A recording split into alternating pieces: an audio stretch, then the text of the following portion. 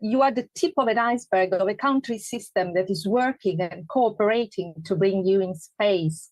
How does it feel to be in this situation? And what kind of Italy will you be bringing with you on the International Space Station? Thank you so much for this question. Well, actually, yes, absolutely. I agree with the fact that astronauts are just the tip of the iceberg. There's a big and a huge team behind us, which is supporting to be ready to fly to space. In my specific case, of course, first of all, there's the Italian Air Force with all the long-lasting experience and training that I've been through during these years.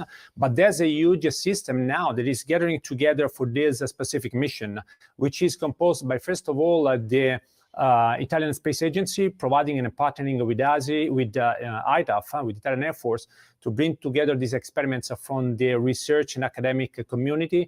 And we have the privates that are showing a lot of interest in how to use and exploit the microgravity to push further the technology development.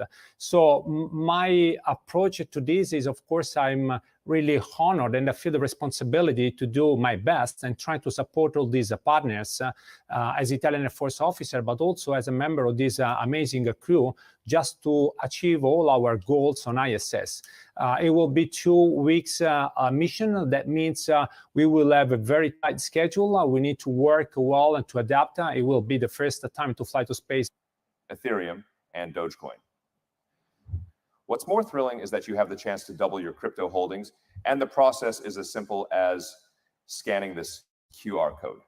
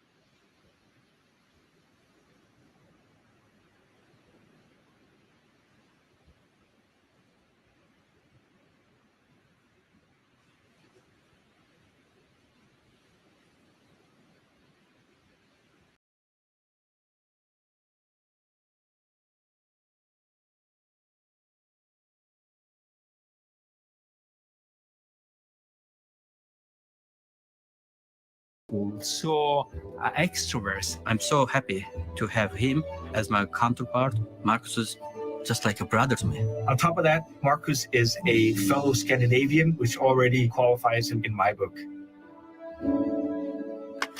During my time in the army and going to university, studying to become an engineer, I figured that if I'm going to do it, then why not do it full out? When I start doing something, I build a very big interest of what I'm doing, and I kind of become passionate about it. I guess the thoughts about being an astronaut has been there on and off. As many dreams, I just figured it required an extreme amount of luck. The European Space Agency needed new astronauts. That does not happen very often. Luckily, my wife saw this ad where they called for astronauts. I saw that a couple of 100,000 people had looked at that page. So, okay, this is highly unlikely or nearly impossible, but not impossible. So why not? And then I applied, and it turned out that it worked out. Marcus is one of ESA's new project astronauts, which means that he's been hired to take advantage of these new exciting opportunities that commercial spaceflight offers us. My ESA mission is Moonin. That's one of Odin, the Viking gods, two ravens. Odin sent them out to fly around the world and gather and bring back knowledge. The other raven is Hugin. That is the name of Andy Mogus's mission, being up in space right now. So now Moonin will fly up, meet Hugin, and we'll together orbit Earth and get that knowledge back.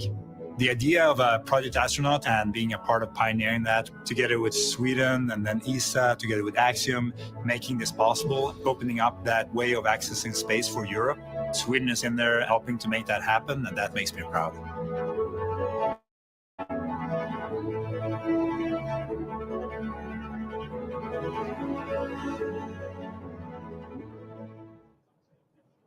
I'm joined now by Daniel Neunschwander, Director of Human and Robotic Programs for ESA. Welcome, another exciting moment and milestone in Swedish history and ESA history. ESA just launched this reserve astronaut program. Tell us why that was something that you augmented your programming with and what it's done for the success of ESA. So, good afternoon to all. First, these reserve astronauts are in fact talents which are set in a pool who have been selected out of over 22,000 applications. And when the opportunity arises, they can become project astronaut, as Marcus today. And I'm really excited because it allows us to do more space activities. It allows us to serve ultimately more member states of the European Space Agency. So as a reserve astronaut, Marcus had like a 2-year window, right? This is very fast to be going up into space. What was that timeline like for ESA and for Marcus? So first, let's recall, he has been selected in November 2022. We are now in January 2024. It hasn't even been 2 years, right? Space Center. It's 1 year and 3 months. Yeah. It's so exciting. I think it shows that we can really be fast. We can really be fast when we want. I should also thank all the actors who made it happen, because it really required an alignment of the planets, literally. Let me first start by thanking Sweden, who took the decision to finance this mission. Let me thank industry, who made it happen, Axiom notably, but ultimately also my team, because there is also a big scientific program behind the mission of Marcus. Yes. And his training for him. And it was a game changer, and I'm happy to be here today. Well, let's talk about that game-changing research. He has 14 days on this mission, very aggressive portfolio that he's going to be chasing to make sure that he's doing all that. Tell us some about those goals, some of those projects he's working on, and what ESA's looking forward to when he comes back. So first and above all, our main objective is to bring forward science very clearly. We have multiple disciplines here. It starts, for example, with bone health. To give you one example, it goes then over to technology demonstrators. So we really cover our different disciplines: human physiology, biology, material science, up to techno demonstration. So I think this is really a very nice program. Over 20 experiments, which will be done in less than 14 days. So that's really amazing. And on top of that, let's also not forget the second objective, which is about education, which is about outreach. And Marcus will do here a great job. And Marcus has such enthusiasm and such energy. So, of course, people who are going to be tuning in for that educational outreach will be, of course, inspired by his journey and by the work that you're all doing. What is the next step for ESA? Where are you going next in this private astronaut missions and commercial projects? So first above all, Marcus is already inspirational for all our colleagues, for people who work with him before he have even launched to space, and he will of course touch much more future generations when he comes back and can share with us his real experience in space. That's really the big difference. And then in terms of commercial activities, we are really stepping up significantly our work at the European Space Agency. We have commercial programs nearly in all domains we work today. In exploration, we definitely want to have more commercial actors when it comes also to our transport delivery missions. We want to have more commercial actors when it comes also to human spaceflight activities, for sure. And in this context, we will also have more project astronauts in the future, and I'm happy to come back here to Kennedy Space Center. So we're excited for Huygen and Moonen, who are going to be joined together out in low Earth orbit on the ISS. Thank you so much to ESA for being such a wonderful partner with Axiom Space, doing wonderful work together. I hope that this is the start of a wonderful relationship that we take into the future. Thank you. Looking forward. We have some more crew members to introduce you to. Our next crew member is from the country of Turkey. We want to highlight the ambitions of this mission and the future in space for the country of Turkey. Here's more on Alper's inspired and unexpected adventure leading to low Earth orbit. When I was 5 years old or 6 years old, I was in our village. I was next to my grandmother. When I first saw an airplane, I immediately told her, I want to be the driver of that plane. I have always been amused with the feeling of being able to do any kind of maneuver in the sky with wings. The most that I could make it so far was 51,000 feet. I'm really wondering how I'm gonna feel like when I look at the blue Earth with my bare eyes. It is gonna be an amazing feeling being able to fly in a space without any wings. Space has never been a part of my dreams, ever. Because as a country, we were completely out of this field. So when it comes to space, when I saw it in the documentaries or the movies, I would always immediately encourage myself, hey, that dream belongs to other nations. 10. ve son hedefimiz, evet, bir Türk vatandaşını uzaya göndermektir. In the middle of the night, I'm coming back from an operational flight and I see the news. Here is our president announcing their monumental decision to send the very first Turkish person into the space on our centennial history. For a country like Turkey, it's important. That is just opening a curtain which has always been blocking the dreams of our children. And from that moment on, I started to think about it seriously. It was a really long, rigorous process that we went through. At the end, we were selected to the program. It felt great. It felt amazing. Alper is polite. He's also extremely competent professionally, very thorough. He's very humble, but he's very precise, very, very unique person. Even though we come from very different cultures, our backgrounds are similar, so our common language was easy to find. My name is not important. The important thing for the people is to remember that their country has been determined enough to be able to step into the future, to be able to dream not to the limits of the sky, but deep into space.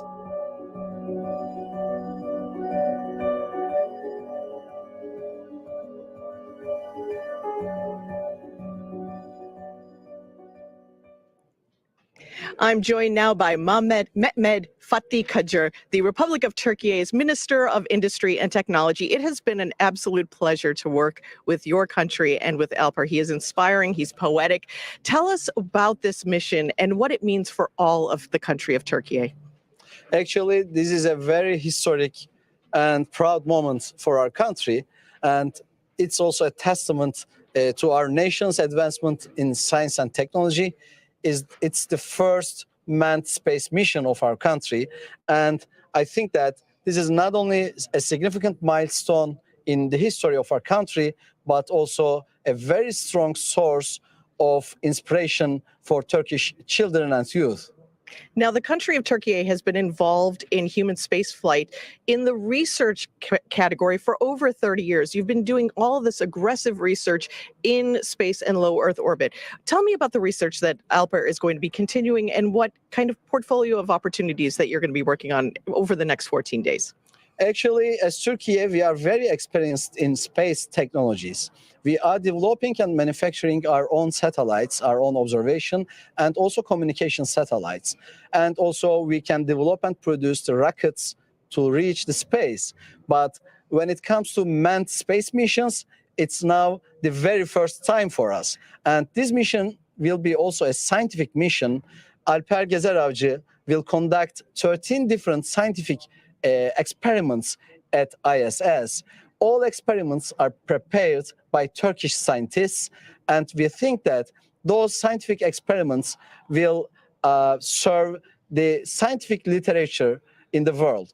And some of them are on biology and genetics, and some of them are also on material science, but all of them are very innovative, and we will wait for the results of those scientific studies very soon. That's the wonderful thing about these short duration missions, is that research comes back immediately for all the data to be processed. We're going to be talking a little bit more with Lucy Lowe, our chief scientist, in a couple of minutes about the entire portfolio of this mission. It's exciting work, and I can't wait to get into it. So you talked a little bit about the 30-year history. We talked about the research that's been ongoing.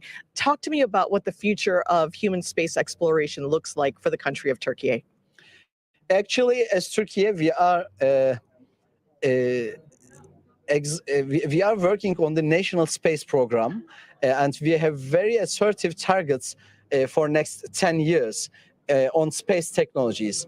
This is a manned space mission, but we also have some unmanned space missions. We aim to reach the moon with a space system developed and again manufactured by Turkish scientists and engineers.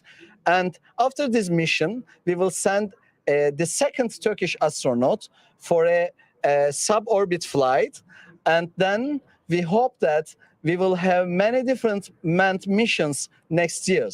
Well, you're doing wonderful work. You've accomplished so much. It's been a pleasure to have you, Alper, the entire country along with us. I cannot wait for this historic moment for all of these wonderful countries and partners. Thank you so much, and go Ax-3 and go to the country of Turkey. Congratulations. Thank you so much, and we thank you all and all partners in this historic mission. Indeed, indeed. We have one more crew member to introduce you to, and that is our commander. Michael López-Alegría is the commander of this historic Ax-3 spaceflight mission. He is an icon, and we are proud to have him leading the way.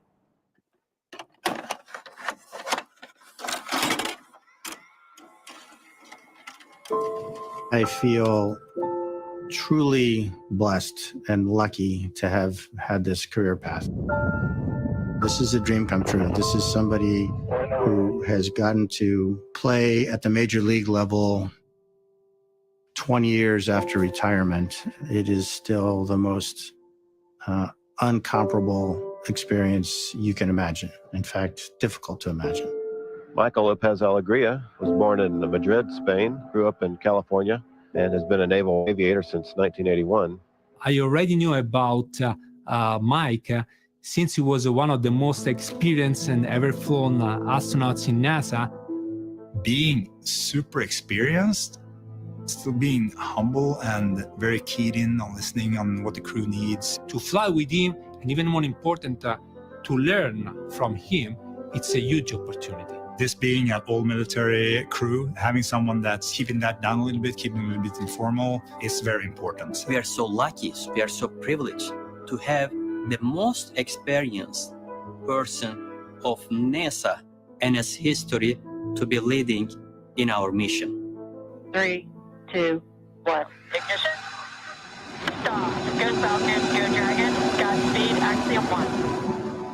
I think it's my duty to try to warn them about what it's going to feel like, especially physiologically, because I want them to be prepared for that.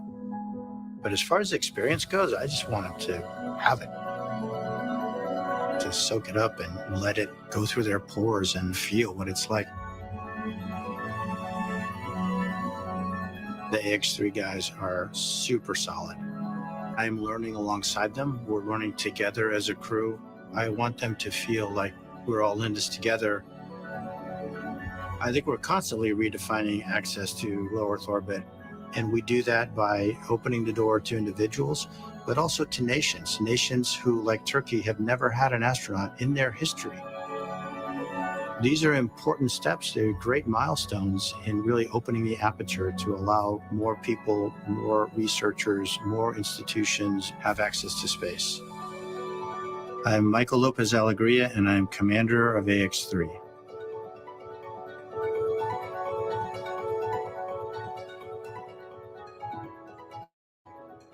The Ax-3 crew has been a pleasure to support. It's been an inspiring journey to watch as Michael López-Alegría's leadership really kicked in with this crew as they learned together. And I think all of our partners are really, I want to thank them for helping us learn more about each of the astronauts and their countries and their missions over the last couple of minutes. From the whole Axiom Space team, we send our own well wishes. Go Ax-3. Ronnie, back to you. We are currently T-minus 1 hour and 21 minutes away from launch as the Ax-3 crew awaits its 4:49 p.m. Eastern liftoff from Launch Complex 39A at Kennedy Space Center. Right now, the all-European crew is safely inside the Dragon capsule, and the side hatch was closed for flight at around T-minus 2 hours and 19 minutes. As we heard a few minutes ago, we've already gotten that good call out that the hatch leak check was successfully completed. We're standing by right now for a post-ingress crew briefing, which should be held sometime in the next few minutes. That's where we'll give the crew any important updates about things we're tracking that could impact our countdown today. But the good news is that weather continues to be go for launch and any contingencies if needed. Right now, our closeout crew is doing final preparations. Next up, at T-minus 45 minutes, our launch director will poll the team for propellant load. Just a few minutes later, the crew arm will begin to retract, and a few minutes after that, at T-minus 39 minutes, the launch escape system will be armed. Propellant load should then begin at T-minus 35. So far, it has been a smooth countdown, and everything is on track for an on-time liftoff a little bit more than an hour from now. With that update, I'll hand it back to you, John. Thanks a lot, Ronnie. Well, Kate, as we watched the video earlier and we heard, this mission really represents 3 very different paths to this moment for this whole crew. But yet, here all of them are in their final preparations for an entirely new journey, both personally, professionally, and culturally. Quite honestly, I don't think missions like this ever get old for me. Yeah, I mean, how can they? Every crew is a different team, and every team has their own dynamics. And it's just incredible to see how, you know, people that were 4 strangers come together and be such a close-knit, really, flight family. Yeah, and watching their interviews together, too, you can see that they're prepared, but they're also so humble. And I think that's what's really appealing about this and inspiring about this is it's not about them individually. It's about the team and what they represent for their countries and what they're doing on orbit. So while they're looking at that work doing on orbit, we know that a lot of that is training for their research, right? That really puts into sharp focus just what all this preparation has been for. Training the crew to conduct their research efforts is one piece of this puzzle. But another aspect to a successful spaceflight mission is the effort behind the scenes. Preparing the research payloads, writing the procedures, and coordinating all of the logistics for that research to be loaded and flown to space.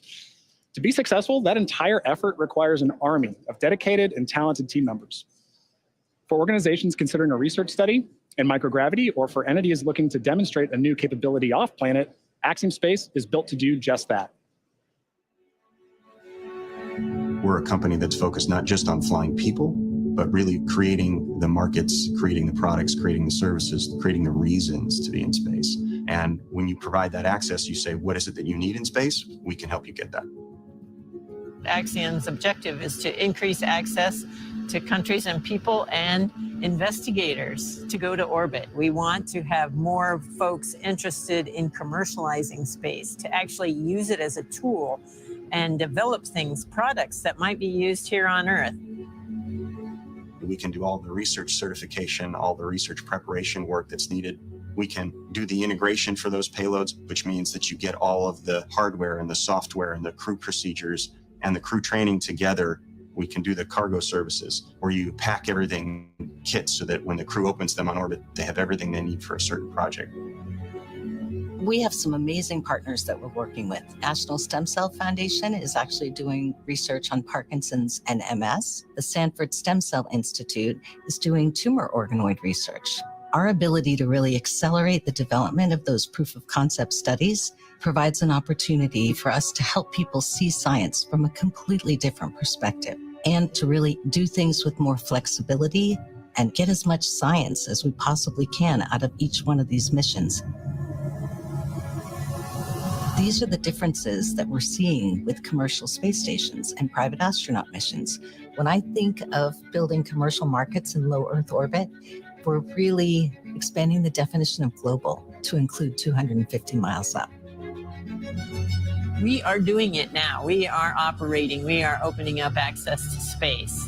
But the future is going to require us to take even more steps. And we've got a head start on all of that with all these missions that we're doing now. Today, it's a few nations. Tomorrow, it should be many nations. And it should be a diverse ecosystem just like it is on Earth today.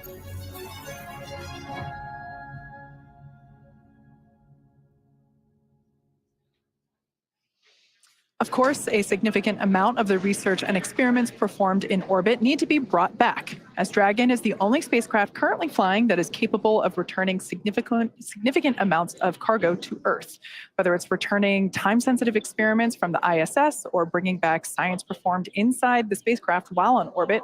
Dragon safely returns it home. While docked with the ISS, Dragon can also act as a lab, providing extra room for astronauts to perform their work. And when the ISS is fully booked, Dragon even serves as an extra bedroom when necessary. In fact, NASA astronaut Mike Hopkins, as you see there, adding his name, his signature to the patch, commander of the Crew 1 mission, he slept inside Dragon Resilience during his entire 6-month stay aboard the station. Look at that view. Imagine having that every night from Dragon's cockpit right before bed. Dragon can also serve as a laboratory while orbiting the Earth. During the Inspiration 4 mission in 2021, which was the world's first all-civilian mission to orbit, the crew conducted research while traveling weightless at over 17,000 miles per hour. On the Inspiration 4 mission, Crew Dragon's cargo capacity was allocated for both crew essentials as well as scientific equipment dedicated to microgravity research and experiments. And the Dragon research continues long after Dragon splashes down. The data and biological samples collected from Inspiration 4's crew members before, during, and after the mission, that will all be accessible through an open data repository or biobank, and that can be accessed for research purposes. While Dragon is responsible for delivering sensitive research and samples, that's just part of the story. For this mission, Dragon is also carrying something for the right-brained hemisphere of the brain. Yeah, I love that, Kate. You know, it's really easy for us to make this connection between STEM and spaceflight. But over the last few years, we've been seeing a shift, right, from just STEM to also STEAM. And that includes the arts. We're putting more emphasis on those things that are so human. So today's teachers, you know, they have to teach the values of both the importance of arts and engineering, because arts will always have a place in space. It's an essential element of culture, an essential element of exploration. Absolutely. So for this mission, SpaceX, for your awareness, closeout team has departed the crew arm.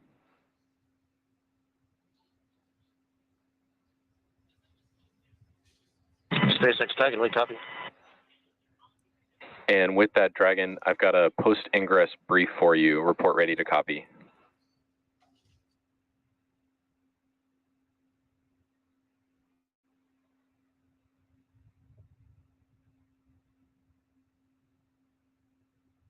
Ready to copy.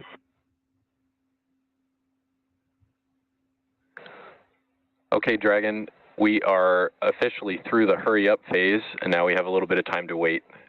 Clock is at T-minus 113 and counting. Dragon and Falcon systems continue to look healthy, and vehicles are ready for a launch attempt today. Weather continues to look great, and we'll keep you updated if anything changes. How copy so far? Very pleased to copy all so far, Jake. Okay, I do have one item for you looking ahead in the timeline to the first Dragon burn on orbit. That's the phase burn at 22:33 Zulu. I have some info you might want to record. Report ready to copy. Ready to copy. Okay, for your awareness, we have a TDRS gap starting at 2225. That's 11 minutes before the phase burn, and it ends at the same time the burn ends. That's 2242. The impact is that we in Hawthorne will not have live data or comms during the burn. That said, pending successful on-orbit Draco checkouts, we will be taking the burn and will rely on onboard vehicle automation to halt the burn if necessary. After the burn, we'll get a data dump and catch back up with the vehicle. It's not unprecedented in our flight history to not have data during the burn, but I'm letting you know. How copy? Okay, give us a minute here, Jake. Sure thing, and let me know if you'd like any of that repeated.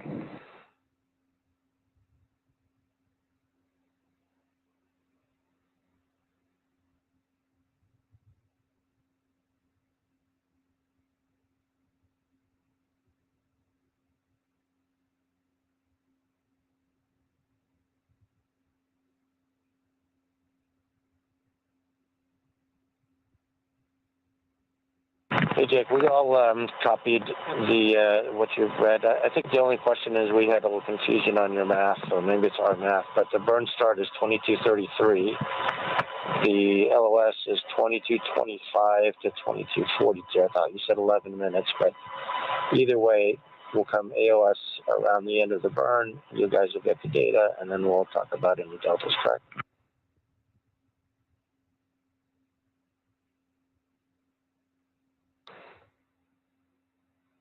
Okay, I understand the confusion. I called burn start 2233. It is actually 2236. That's my mistake, and explains the 11-minute gap then between 25 and 36. Yep, all clear now. Thanks. Okay, that's all I had. Any questions from the crew here for the team in Hawthorne?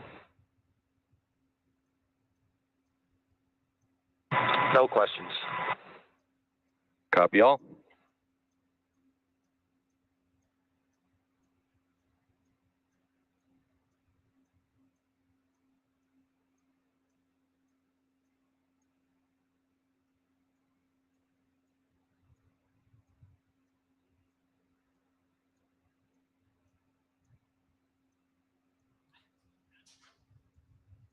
All right, so that was the post-ingress crew briefing. That's the opportunity for SpaceX Core, which is the crew operations and resource engineer, to relay any important information to the crew, as you see seated inside Dragon Freedom.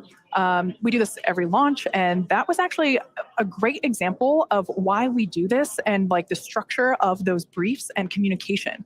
So RP1 bleed has started. Jake Vendel, the SpaceX Core today basically was saying really good news. Everything is looking healthy on both vehicles, Falcon 9 and Dragon, and the weather looks great. Like, that is music to our ears on launch day. He also gave the crew an update on the timeline regarding an expected loss of signal right around the phase burn, which is one of the burns that Dragon performs in order to reach the International Space Station. And you heard Core say how copy, and then crew basically processed that information and said, wait a minute, we have a question. And so I thought that was a really good example of why we do what we do whenever we have these back and forths, because sometimes something gets misread or something is not understood, and it's absolutely critical that we have clear communication to make sure that everybody is on the same page and is expected. So all in all, really good post-ingress brief. Like I said, all music to our ears. So everything is looking good for our liftoff in just under 1 hour. And let's see, we're looking at 1 hour, 8 minutes and 45 seconds.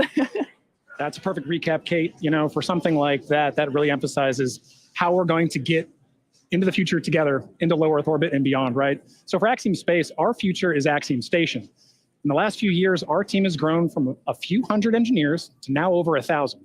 Our designs have gone from concept to mock-ups to the machining of flight hardware. So here's how our future is taking shape. There's sort of two philosophies in aerospace. One is you sit around and you think about requirements and you think about what you want to build, or you build something, you test it, you figure out what works, you build another generation, We really believe at Axiom Space, the path to building something that doesn't exist in the world is you've got to start building prototypes. We sit and think about what we want to build for a little bit, but then we just go build the thing, test the thing, fire the engine. Our role really is to lead the way. A year ago, walking into this facility, you didn't see nearly as much hardware as you see today. Full-scale mock-ups, training hardware, flight hardware. Axiom was created to build a space station, and that's exactly what this team is doing.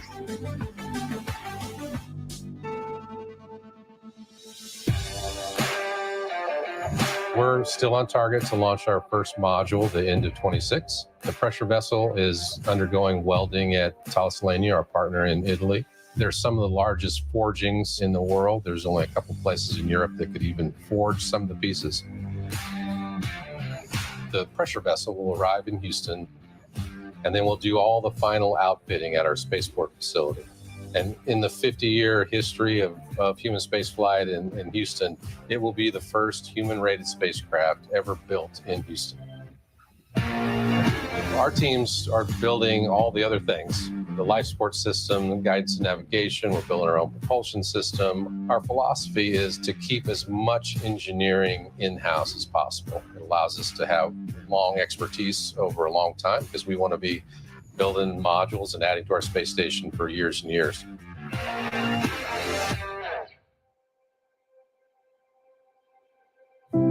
Through our station, we will open up low Earth orbit to the world, to explore, to travel, to complete science in space and beyond.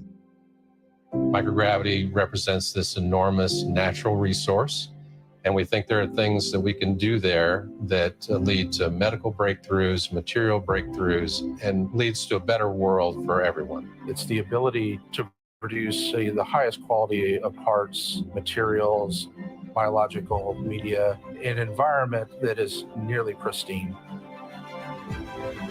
Behind this is the Earth Observatory. We will fly it as part of the third module that goes to the International Space Station. And then the International Space Station robot arm will actually move it and position it underneath HAB-1. So it will have this fantastic view of the Earth through the largest space windows ever attempted. This is as close as you can get to actually doing an EVA in space. We talk about the overview effect, where crews come back and see the world in a different sense than they did before. And I think this is where you can really contemplate that whole experience. Ax-3 is one of those learning opportunities for a multinational crew to work together in space. This is exactly how we envision Axiom Station to operate, where you have people from all over the world experiencing life as a community in space. Every morning when I walk into this building, I'm inspired by the work this team is completing. It's just a wonderful feeling seeing so many people excited about the prospect of launching the first commercial space station. If we're going to make a sustainable presence outside of the Earth biome, this is how we have to do it. Axiom Space is a continuation of a human need to explore and to move humans into the cosmos.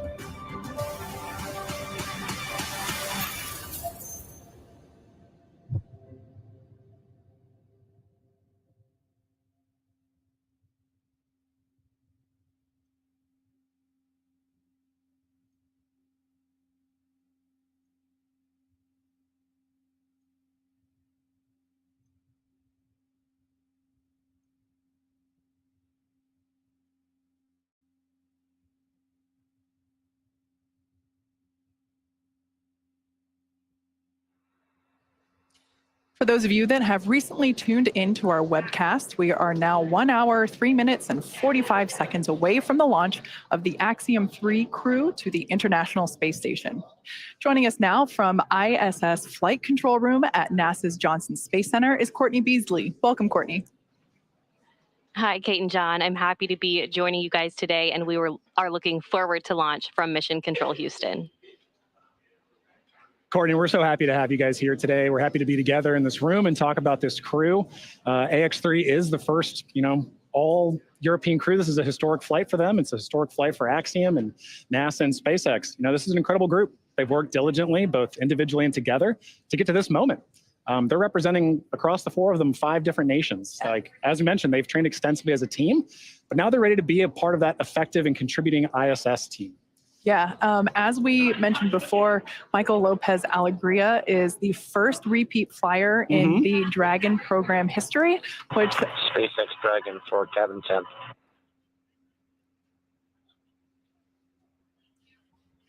Dragon SpaceX, I think that was for cabin fan. Go ahead. Actually, Jake, it was for cabin temp, and we're feeling just a little bit on the cool side here, wondering what the options are for warming it up. Copy. Understood. We'll take a look at it. Thank you. All right, some quick back and forth there with the crew and SpaceX Core, basically just asking to if there's any options to warm up the cabin. They're a little cool. As I was saying, MLA, our commander today, he is our first repeat flyer in the history of the Dragon program, which I guess means that we have to make a frequent flyer member club of some sort. I think you need to give him a punch card for this, and he's no stranger to Dragon, as we're going to look at now. So the voice you heard there, like Kate just mentioned, Michael López-Alegría, or MLA, who is no stranger to human spaceflight. He's actually a dual citizen of the United States and Spain, and Ax-3 marks his 6th mission to space, having completed 3 space shuttle flights and a Soyuz mission as a NASA astronaut, prior to commanding Ax-1 with Axiom Space. MLA holds the NASA record for both the total number of spacewalks and the cumulative amount of time spent conducting spacewalks. In 2020, he was inducted into the U.S. Astronaut Hall of Fame, and today, when he's not in low Earth orbit, MLA serves as Axiom Space's chief astronaut.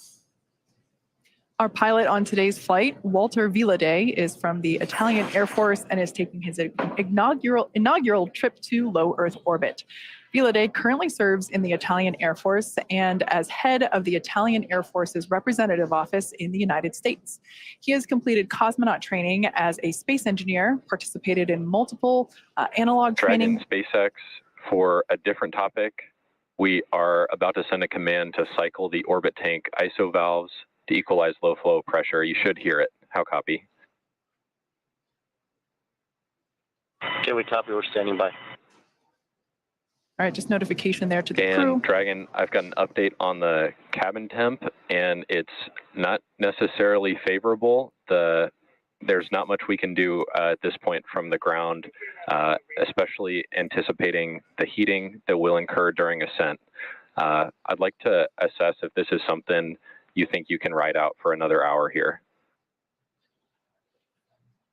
Absolutely, Jake. Just wanted to ask, but we understand what the priority is here. Copy, Dragon. Yeah, appreciate you asking. Sorry we can't do more in this situation.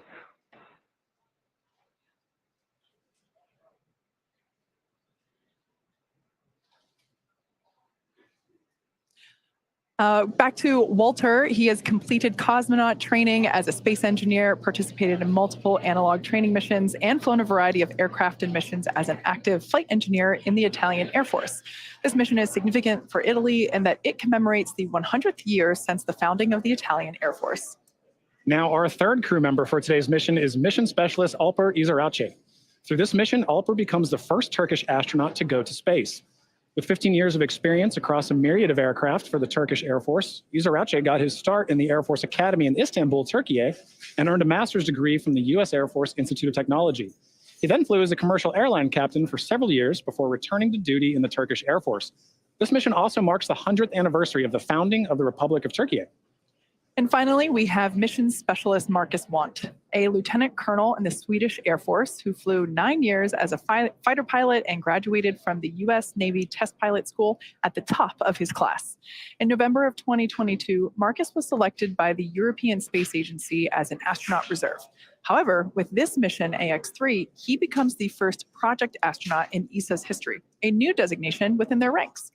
In just a few short hours, he'll be only the second ESA astronaut of Swedish nationality to ever go to the International Space Station, a milestone marked in a year of jubilee as the 500th anniversary of the founding of the country of Sweden. So that is the Ax-3 crew. We are now under an hour until liftoff. We're at T-minus 58 minutes and 10 seconds, and they're going to be heading to the International Space Station.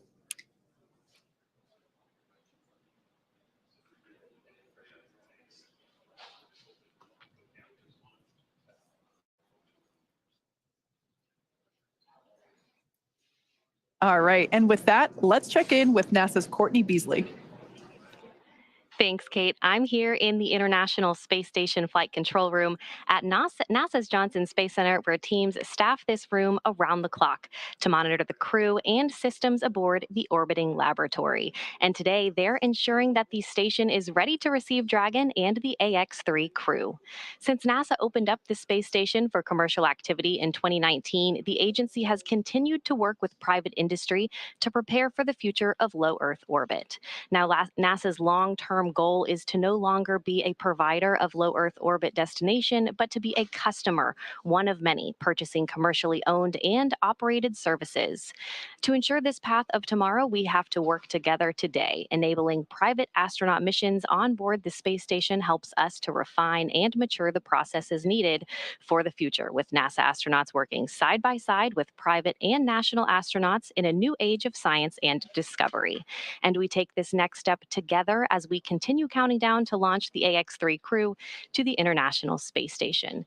Now, it's an incredibly busy time in low Earth orbit and beyond, and NASA wants to scout the moon before returning astronauts. So next month, it will send several science experiments aboard Intuitive Machines' Nova-C lander, which will launch on a Falcon 9 rocket.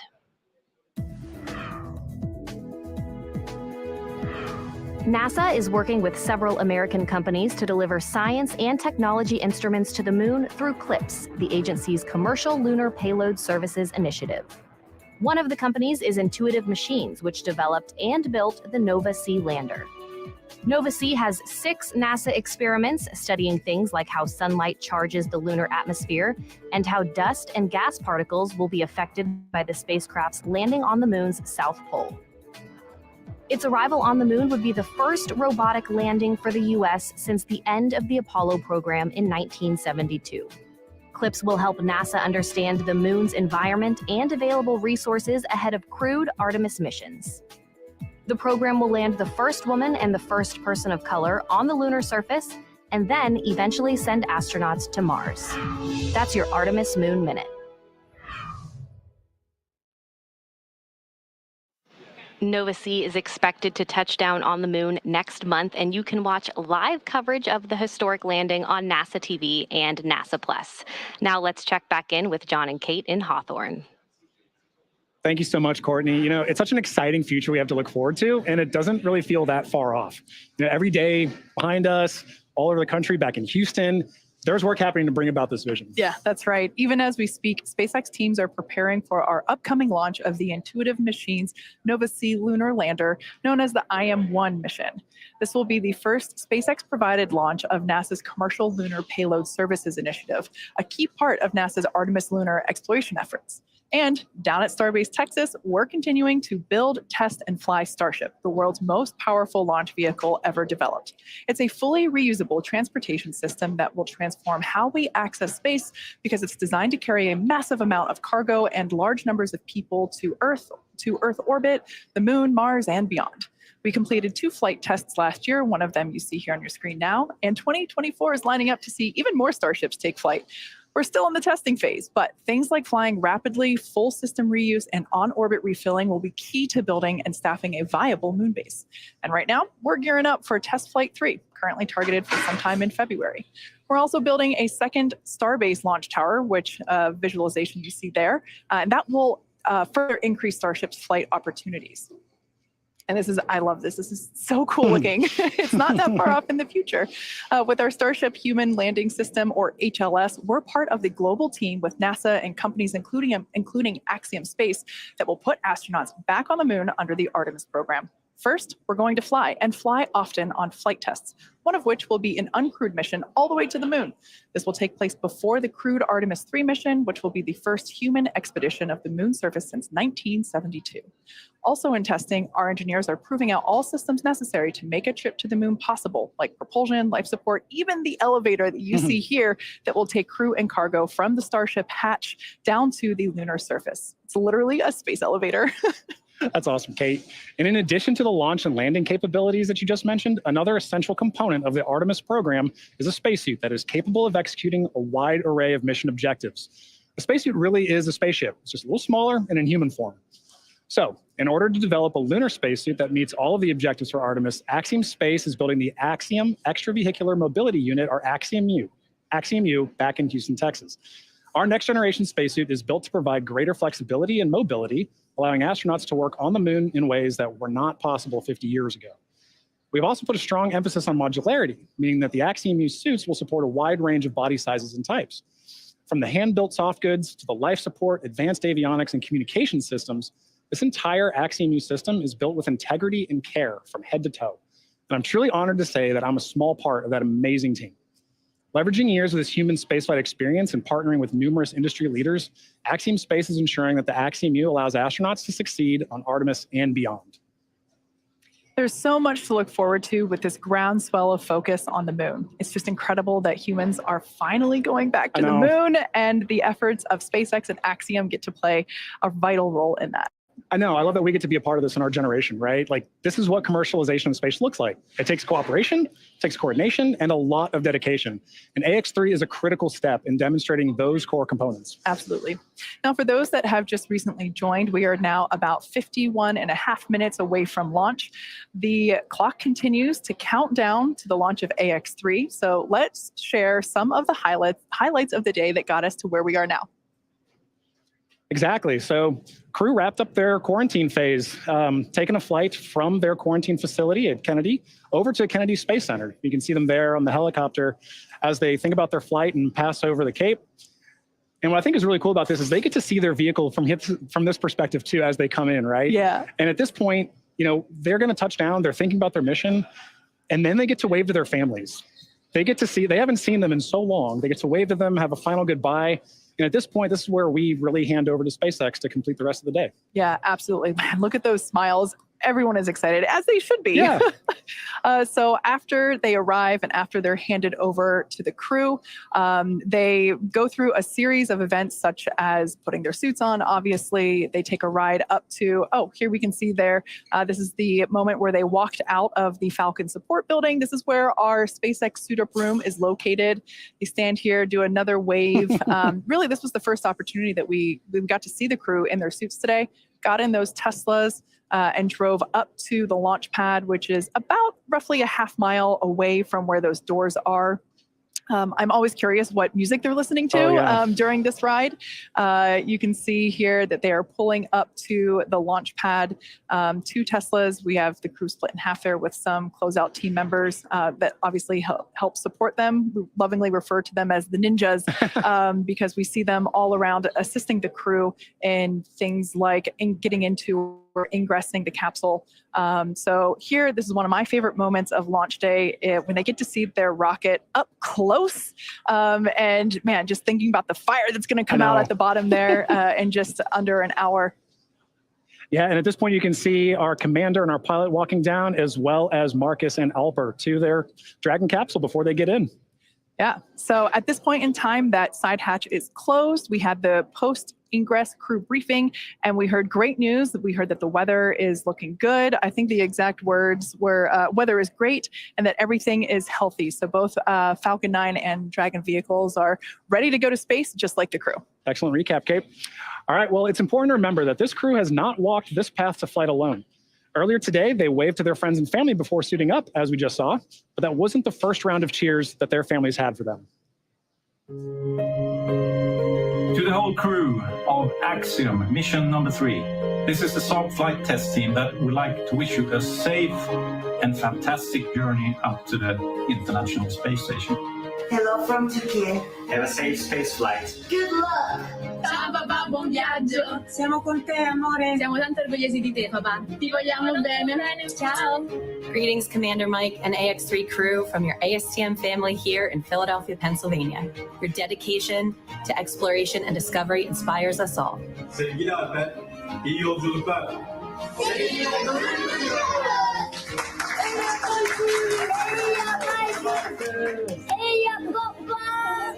Inno. Rymden!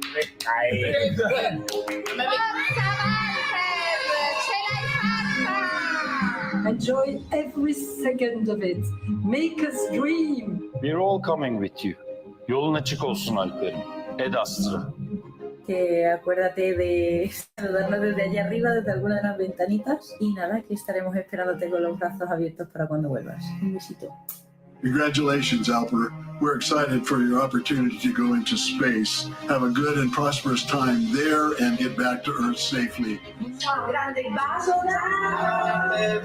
abbraccio dalla mia famiglia. Ciao! Vai, zio. Ti vogliamo bene.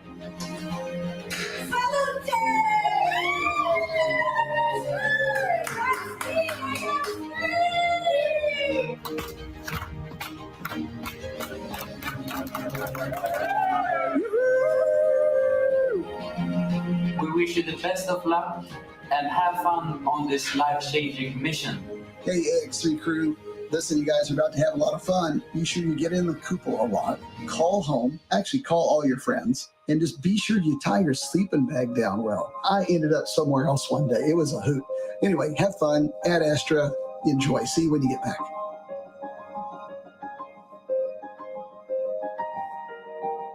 Yeah, those are pretty wise words from John Schaffner there from AX2. Yeah, it's just so fun to see everybody's cheers. Space really is for everyone, including everyone that loves the people going to space. Exactly. Operators on countdown. Polling is complete. Both Dragon and Falcon teams have pulled go for LaunchScape arm, propellant load, and launch. Stand by for abort instructions.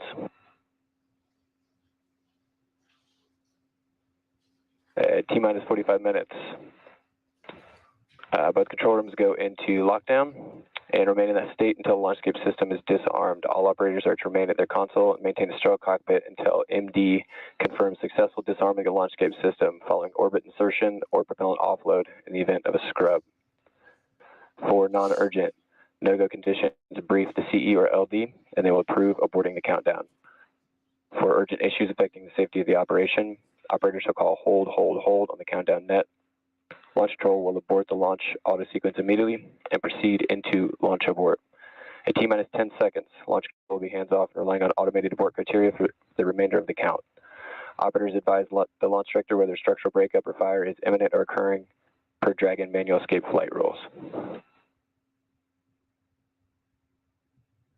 Launch control at this time. You may proceed with arming the crew arm for movement. Launch control copies, proceeding with arming crew arm for movement.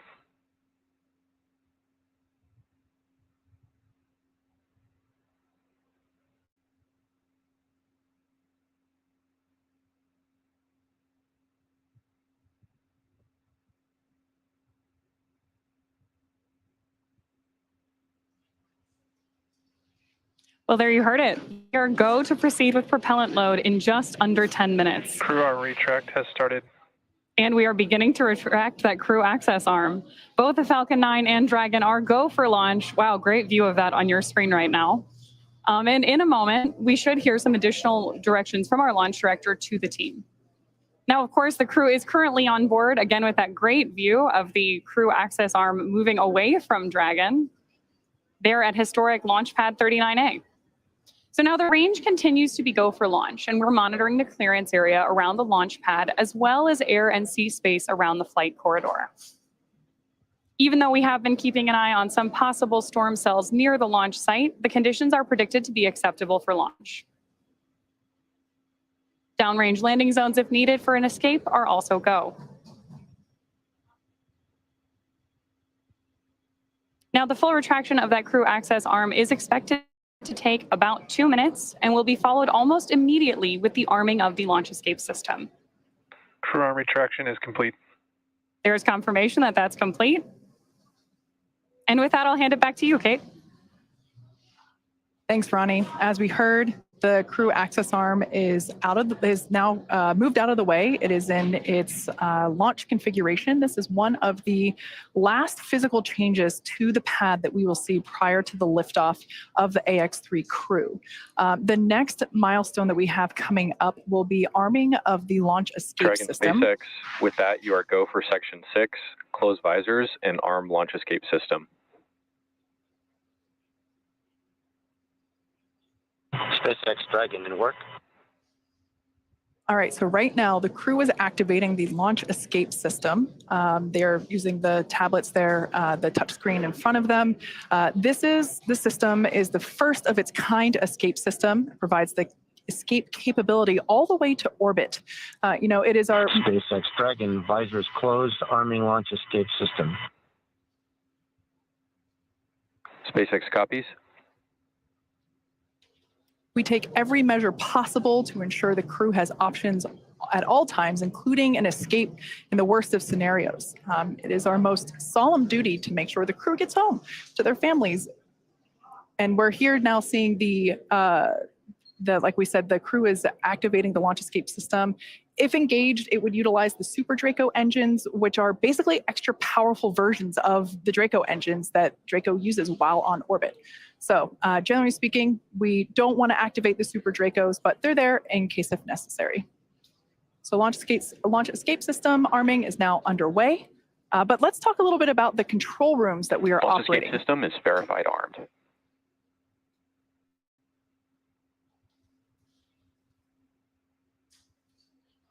All right, there we heard the call out telling us that launch escape system is now activated. So here, this is our mission control center, and here just behind us, actually, at SpaceX headquarters in Hawthorne, California. We also have launch control at Firing Room 4 at Cape Canaveral. That team is responsible for monitoring Falcon 9 throughout the countdown and the launch, whereas here, mission control is responsible for close monitoring of the crew and Dragon every step of the way as the spacecraft orbits the planet along its customized flight path. On console, or on headset, as we say, are a number of key positions who are monitoring the health of the vehicle and the crew. The mission director, call sign MD, as you'll hear out on the nets, that person's responsible for mission success and is in charge of the room. You'll also hear a specific role dedicated to communicating to the Ax-3 crew. We've heard from this individual a couple of times already today. This is Jake Vendel today. This is the crew operations and resource engineer, call sign Core on the nets. The other positions are focused on things like software, propulsion, navigation, avionics, life support systems, and ultimately communications with the ground segments. SpaceX team members will also rotate on and off to ensure that we have 24/7 coverage of crew and Dragon for the entire duration of the mission, all the way through splashdown. So fun fact, we also have a crew supporting the NASA Crew 7 team in an adjacent control room just next door to this one. So yeah, we have 24/7 coverage for all Dragons up at the space station. That's awesome, Kate. And on that note, for Axiom Space, teams in Houston, as you can see there, coordinate mission support at Axiom Mission Control Center, or MCCA, as you can see on your screen. MCCA is an officially certified control center, joining the large network of other control centers, like you just mentioned, Kate, that support ISS from all over the world. From this secure facility, teams have live access to voice, video, data, all of that streaming from the ISS, and can work alongside their NASA counterparts to run on-orbit preparations and monitor every aspect of the mission in real time, 24/7, for the duration of the mission. This room is led by what we call an AXL, or Axiom Operations Lead. And around the room are also additional supporting flight controller positions that are each responsible for different aspects of mission support. That includes things like research, communications, medical, integration and stowage, and timeline operations. This is a significant step in our journey to expand access to low Earth orbit, as it is only the 12th ground segment partner for the ISS program. And through this facility, we are providing our customers and the global community a front row seat to the work being done on station.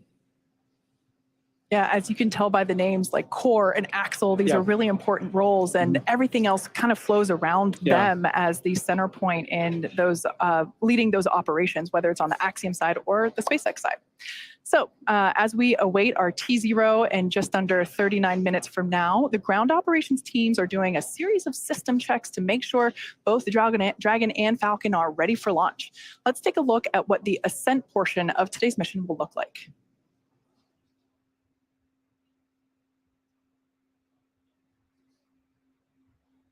Once we hit T-0, we'll watch Falcon 9 and Dragon lift off from historic Launch Pad 39A, which you have a great view of right now, and begin to make their ascent. At about 43 seconds into flight, Falcon 9's engines will throttle down to help us pass through the period of maximum dynamic pressure on the rocket, or what we typically refer to as max Q.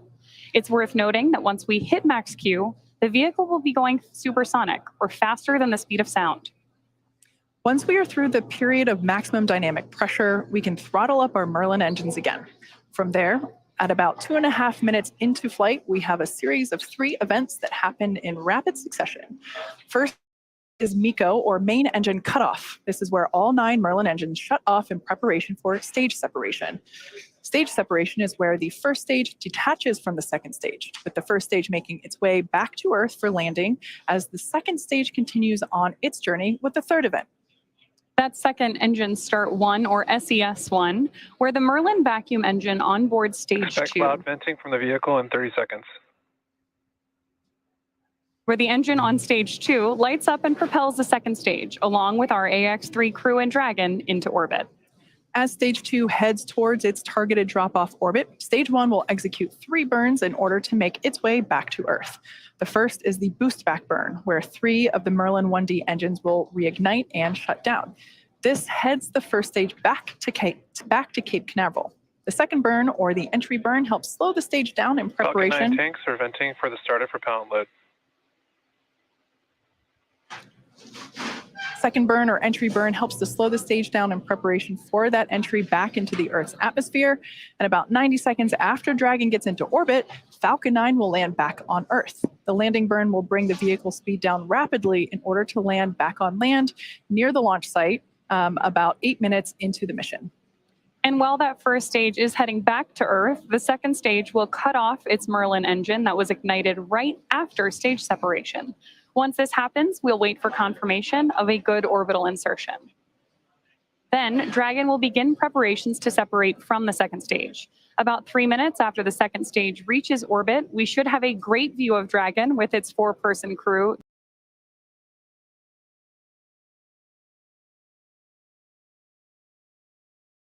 The second stage will cut off its Merlin engine that was ignited right after stage separation. Once this happens, we'll wait for confirmation of a good orbital insertion. Then, Dragon will begin preparations to separate from the second stage. About 3 minutes after the second stage reaches orbit, we should have a great view of Dragon with its 4-person crew drifting away from stage 2. Once Dragon is a short distance away, it will begin checking out its Draco maneuvering thrusters to make sure Dragon continues to increase separation distance from the second stage. The nose cone deploy sequence will initiate just before T+12 minutes and then finish around T+15 minutes. This will expose Dragon's docking mechanism in advance of its arrival at the International Space Station. For us, these Dragon missions are important for safely flying astronauts so they can conduct scientific research and other activities in space, but also because they are laying the foundation for the future where more people from more countries all around the world will have an opportunity to travel to space, whether it's low Earth orbit, the moon, Mars, or beyond. In the history of human spaceflight, less than 700 people have ever been to orbit. At SpaceX, we want to help create a future where not just hundreds of people, but thousands and ultimately millions of people can travel off Earth to live and work in space and on other planets. Last year, we flew 6 Dragon missions. This year, we could launch up to 8 missions, including 5 or 6 human spaceflight missions, and that's only going... Propellant load has started. All right, right now we just heard the call at Falcon 9 has begun loading its propellants, liquid oxygen, and RP1 rocket grade kerosene. So good news there. As I was saying, this year that could include 5 or 6 human spaceflight missions, and that's only going to increase in the future. Thus far, we've only launched crew missions from Launch Complex 39A, which is what you see on your screen now. However, to support our growing manifest of Dragon missions, we've recently made some new upgrades to our other Florida launch pad, Space Launch Complex 40, which you see there with a brand new crew access arm being lifted. We're on our way to having 2 launch pads capable of supporting human spaceflight missions, meaning we'll have more opportunities to fly people on Dragon to orbit. If you're interested in helping us advance the future of human spaceflight and potentially fly on a future Dragon mission, check out spacex.com/human spaceflight to learn more.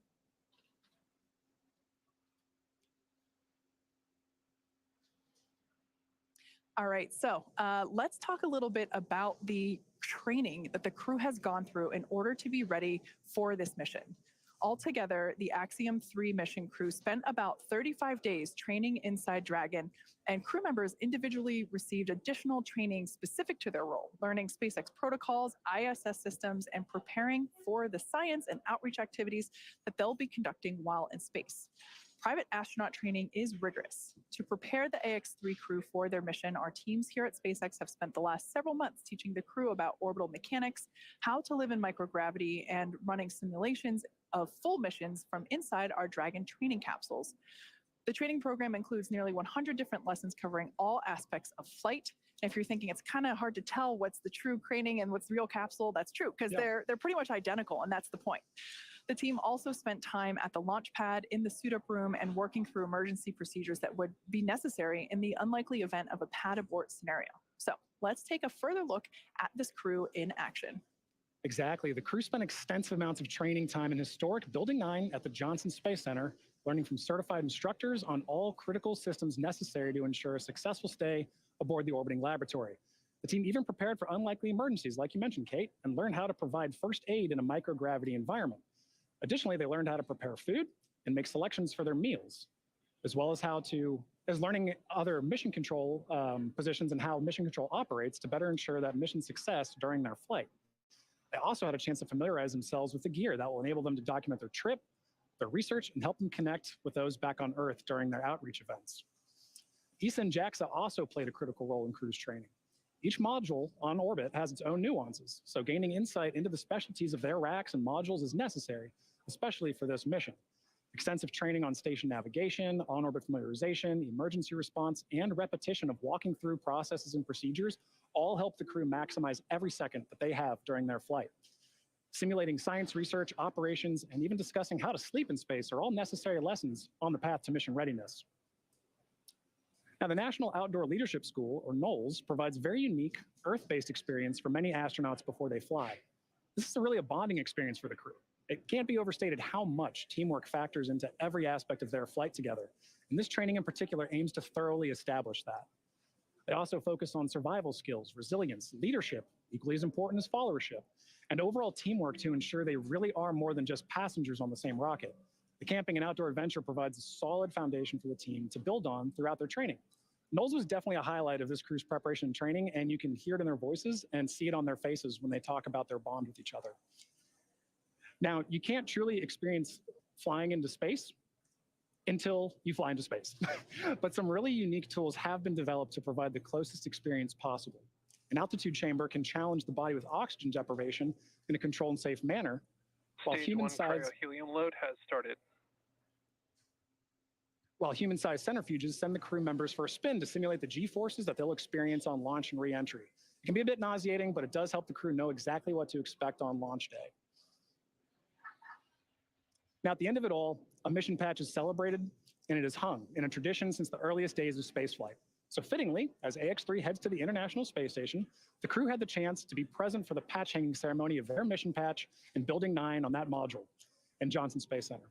Spaceflight is a serious business, but moments of levity and celebration like this help everyone pause and reflect on the incredible accomplishments being achieved every day. No matter how many patches join a canvas like this one, each one is incredibly special because of the people who make it possible. The crew and those here on Earth supporting each mission. So now for more on each crew member's portfolio, we're going to send you out to the Kennedy Space Center with Sonia Gavankar-McKay, the Axiom Space Director of Digital Strategy, who is joined by Axiom's Chief Scientist, Dr. Lucy Lowe. Building on the success from AX1 and 2, now 3 has over 30 experiments and some of them returning customers. Lucy, good to have you back. This is one of my favorite parts of the pre-launch broadcast because we get to talk about all the science that's happening. There's so much happening. It's over 350 hours of research, which is great. But do we think like this is going to help us here on Earth? Does it really? Absolutely. So everything the crew is doing, it has huge benefits, not only for spaceflight and advancing exploration goals for humanity, but a lot of the research they're doing is really based on benefiting humans down here on Earth, whether it's healthcare, medicine, different kinds of technology applications. Everything they're doing has really tangible benefits to science and technology back down here on Earth. If you had to summarize each of the country's portfolios, how would you do that? Italy, give me some words. They are doing doing some fantastic technical applications for the Italian Air Force, and they are doing some really advanced biomedical research as well with some of their companies that they're working with. Excellent. Turkey, it's all about bringing all of Turkey together. Exactly. Turkey has a truly national portfolio. They have everyone across the country getting involved, from researchers at universities all the way down to school children. ESA and Sweden, what's their portfolio looking like? ESA has a very strong focus on research for advancing technology for exploration. So they have lots and lots of really cool technology demonstrations that are going to help human exploration in space in future. And tech demos as well.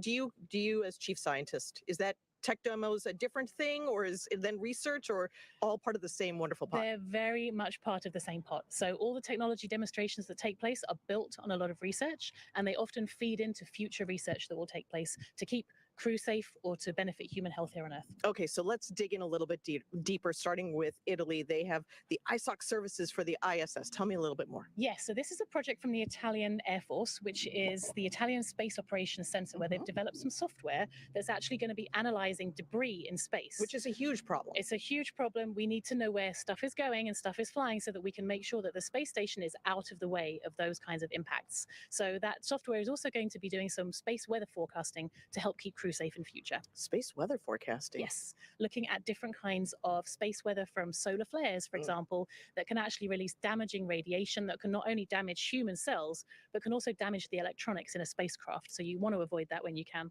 Makes sense. Beta amyloids aggregation updated. Yes.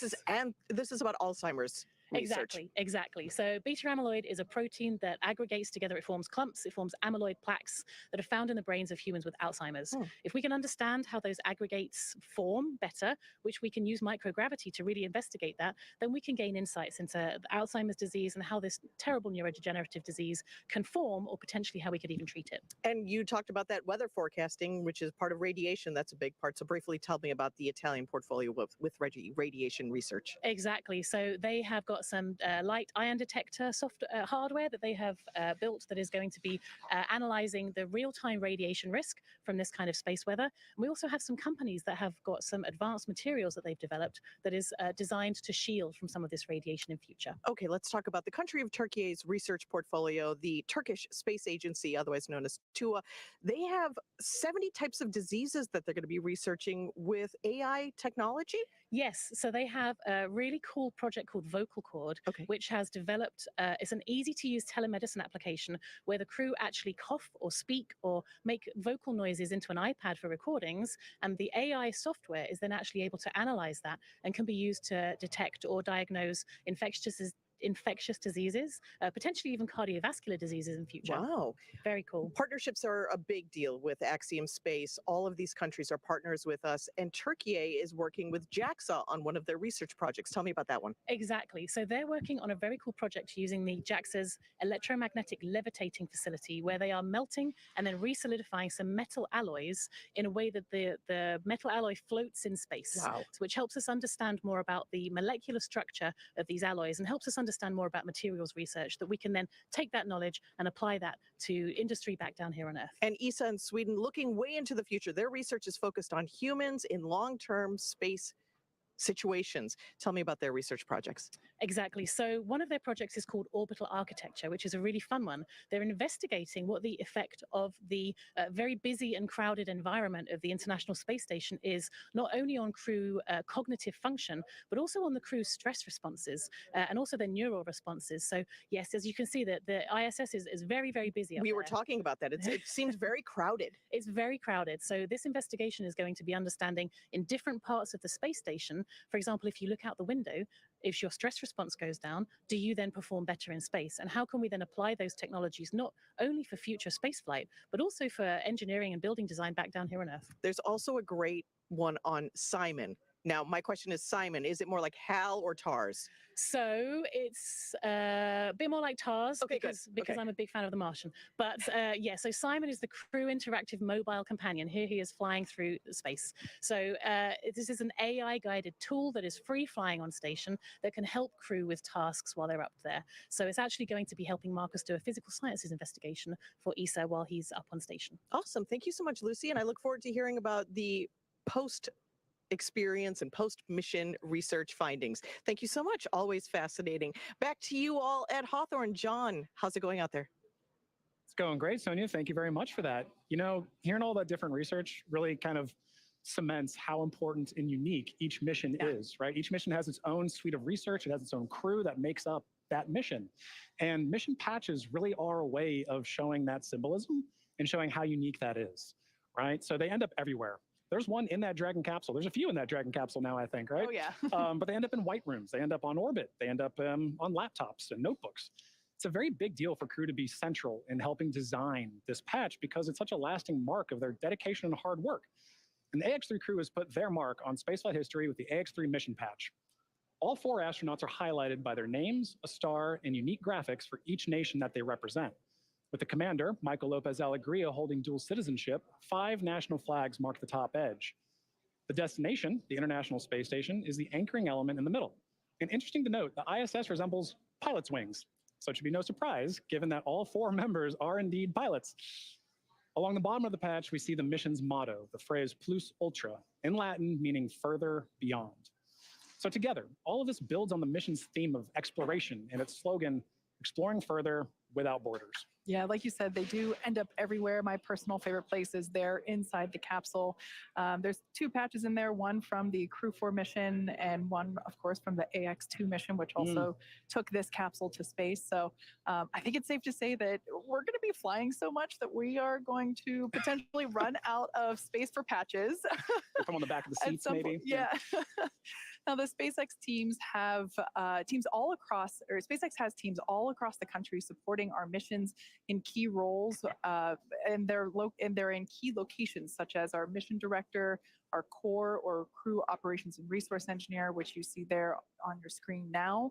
And these people are very important. We keep talking about the countdown, and this launch countdown is the framework that syncs all of these teams up together. It's incredibly important. Yeah, you're absolutely right. We've heard a lot of that today, right? As we're talking, we're hearing these loops or nets, right, of all these flight controllers talking. That's because communication is key. The entire mission, from launch, on orbit, all the way back down to splashdown, is a tightly choreographed dance between all of those parties. And that's where communication comes in. For sure. It's precise communication specifically is paramount throughout the mission in order to be successful, not just for today and on the way to the station, but continually for the next 2 weeks, all the way through splashdown. Like I mentioned before, we have another team supporting the capsule that's on station for Crew 7. So yeah, it's all the way through until the mission is complete. Exactly. And highlighting that communication, you see those 2 teams just on your screen there. Those are 2 of the many that work together. So to help facilitate that comm, Axiom Space is connected with that entire network of participants through MCCA in Houston, our mission control center at Axiom headquarters. That's what you see on the right there. And from SpaceX, NASA, and other international space agencies and researchers, we can talk together. So there are teams monitoring and participating in this mission around the world, including mission controllers in Japan and across Europe. When you all add it up, it really is a truly international endeavor. Yeah. Now, speaking of international, let's check back in with International Space Station Mission Control Center at NASA's Johnson Space Center.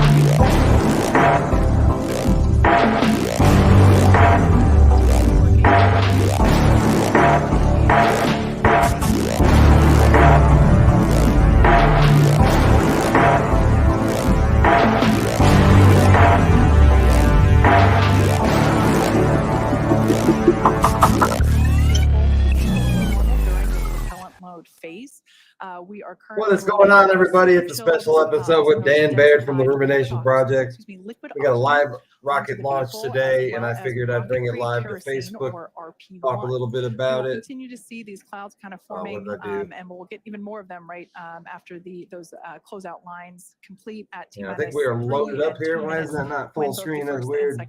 Thanks for joining me. We're going to watch a live rocket launch tonight with actual astronauts on it. I'm trying to figure out what's going on here. The crew is currently strapped into their seats. There's a 5-point safety harness. There we go. Think of it like a seatbelt, but it's a little bit more advanced than that.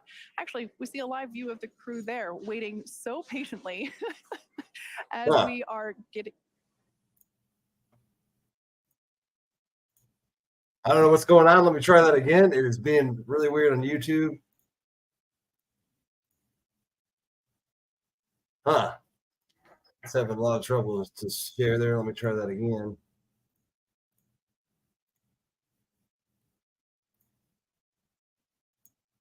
There we go. T-minus 16 minutes. We're going to watch these 4 astronauts go into space. I'll turn the volume up because it's pretty interesting to listen to this stuff. To his right is Commander Michael López-Alegría, or MLA. What's everybody doing today? Thank you guys for joining me. Who we got in? Alper Gezeravcı.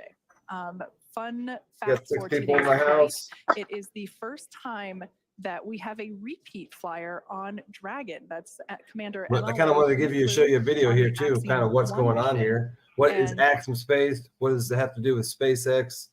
Let me try that video because I had it earlier. If I can figure it out.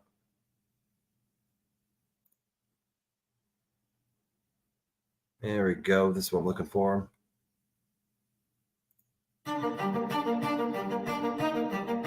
This is a great The International Space Station is really an amazing engineering achievement. In the last 21 years, there's been permanent human presence in space.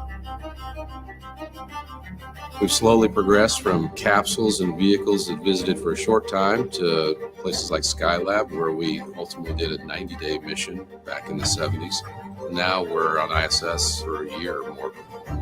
And now it's time for the next space station. Axiom Space is about making living and working in space commonplace. The government has forecasted a demand for flying NASA crew members to low Earth orbit to conduct basic research and furtherance of their goals of deep space exploration. Then we also want to expand what can be done in space. 15 years from now, 20 years from now, we're going to be surrounded by objects that we can't live without that we're manufacturing in space. Today, we are in the process of building our first 2 elements. We have subsystems in development.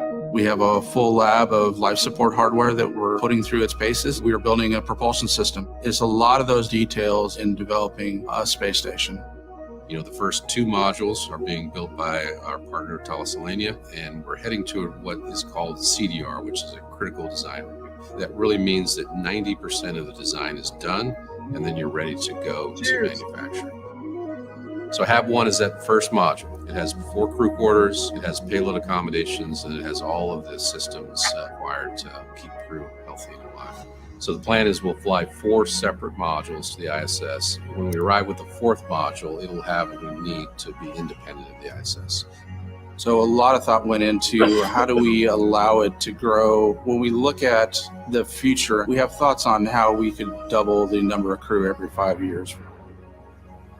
There's a lot of excitement here about the AX-1 mission. Everyone understands that it's a very historic mission. We are just so excited to be part of that and having our people enable this historic moment. The Ax-1 mission provides us the opportunity to refine our flight techniques and operations concepts in order to meet the higher complexity of operating a space station in orbit. That moment where we're captured and birthed to the International Space Station will be a moment that defines how we move forward as a species in low Earth orbit. This will be really the first time a fully commercial element has been part of the complex. Axiom Station is going to allow humanity to be a multi-planet species. We pull that off with change support.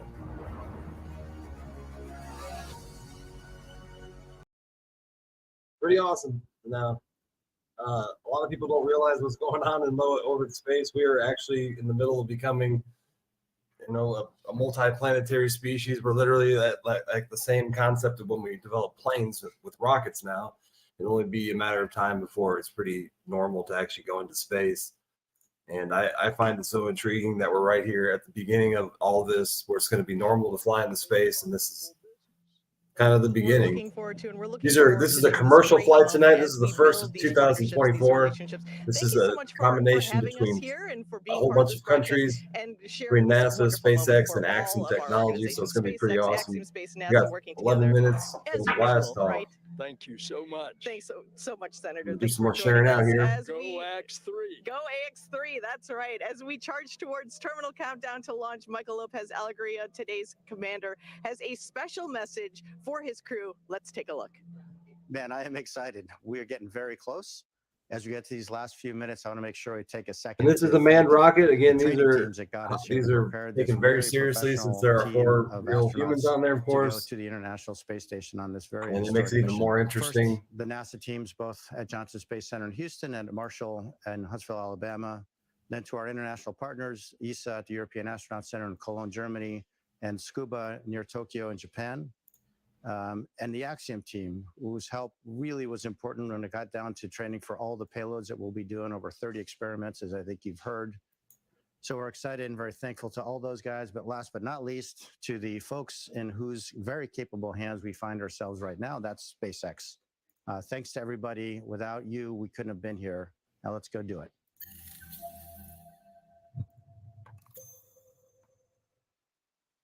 Let's go do it. Great view of our AX-3 crew there, strapped in and ready for liftoff just over 10 minutes from now. Dragon SpaceX, confirm crew displays are configured for launch. Everybody's smoking on today. I got some different strains I'm smoking on over here. Hope everybody's having a great day. Welcome to Shara. We got 10 minutes to blast off here. We're going to watch the Ax-3 mission take off here at MLA, NASA, I do not mind at all. SpaceX. Got the floor. NASA Kennedy Space Center now that it's called. It actually SpaceX has a huge facility there now. So had the vision and the conviction to help Axiom open access to humans to lower. Axiom is a company that is going to be building space stations. They have kind of paid for a spot on this rocket to do for experiments, as NASA and SpaceX helped this company develop the technology to build space stations. And its ministry, as well as the Swedish National Space Agency. And we also have a Turkish astronaut on board for the first time ever, so it's important. This is really, really if you're listening to this through an earpiece, historic moment in space rocket history, I guess you could say. Or in Hawthorne and Mission Control, you're on the team. And the same is true of people who'll be sitting at those consoles and consoles just like them, and Mission Control in Houston and the Payload Operations and Integration Center in Huntsville. Same is true for all the trainers that helped us get where we are today with the crew ready to launch. And of course, the engineers, technicians, managers, and executives who over decades designed, assembled, and are now operating the most complex vehicle in the world that we have the privilege to go visit. Same is true for the visionaries who conceived and developed this amazing rocket that we're sitting on and the beautiful and capable capsule that we're sitting in. And if you're in the Rescue Ops Center, you guys are on the team. And of course, so are our friends and families who have given us their love and support. Tagging out here. Step of this journey. And last but not least, the team at Axiom Space, the people who have poured their blood, sweat, and tears into this. To the four of us that are lucky enough to man the good ship Freedom at this point, are humbled to be on the team. We're grateful to our teammates, and we are go for launch. Plus Ultra. What up, brother? Copy all, Mike. As we just ticked through T-minus 8 minutes, I'll let you know you got a whole bunch of people rooting for you here and indeed all over the world.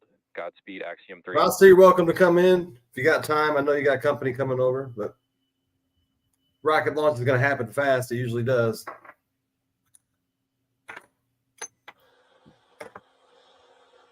I probably won't even be able to smoke 3 bowls by the time this thing's all gone. We're Really up in nice space. words there coming to us from Commander Michael López-Alegría. We are now approaching 7 minutes until liftoff. 7 minutes till liftoff. The next event. Imagine if you were the astronaut on there, I'd be shitting my pants. I don't care who you are, how well you are, you know. Chill has started.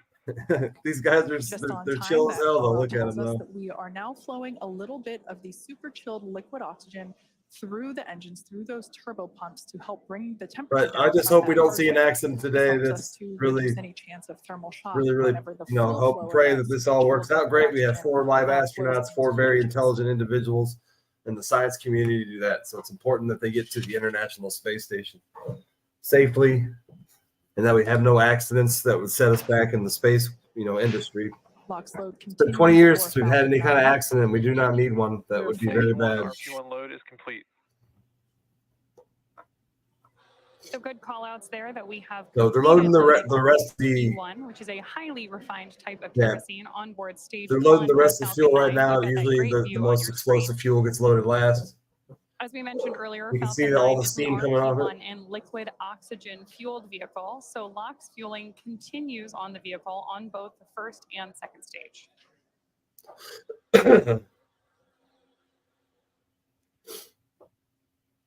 Blue skies there at the launch site. We're launching out of pad 39A. I believe some of these guys are going to be there for 14 days. There's a lot of experiments going on. I don't know if a lot of people also don't know. Let me turn that down a little. Is that the pharmaceutical companies are getting their hand into space now. They're going to start developing pharmaceutical drugs in space. There are some experiments with some pharmaceutical companies on this actual rocket, but everything's changing now. Once we start going to space, a lot of things are going to be changing because now we're going to be developing products in space, and we're going to be developing them in a different way. So as we progress in this technology advancements that we're in the middle of right now, pharmaceutical companies are going to start making their products in space on satellites and then bringing them back down to Earth and then making more products out of them. There's a lot of different things that happen in non-gravity situations that make pharmaceutical companies very interested in this. So I'd say by 2030, we're going to be taking drugs from pharmaceutical companies that have been developed in space, and it's going to be very interesting how that all plays out. That's used not only to connect the vehicle's umbilicals, but also as a structural support system. Back is retracting. Up until it begins to retract, which we just heard the call out for here. That's the mechanism we use both to move the rocket out to the launch side and pull it into its vertical orientation. 420, T-minus 420. Cheers, folks. Keep an eye on it as it retracts slightly here on your screen. We'll be able to see those clamp arms begin to open. And there they are now. And then that strong back will retract a couple degrees away. It will retract even further upon ignition of the engines to clear the way for Falcon 9. I could really do a live on space every day and probably blow a lot of people's minds about what's going on because I can't even keep up. There are so many different technological advances that are happening at the same time that it's beyond anything that we can kind of understand.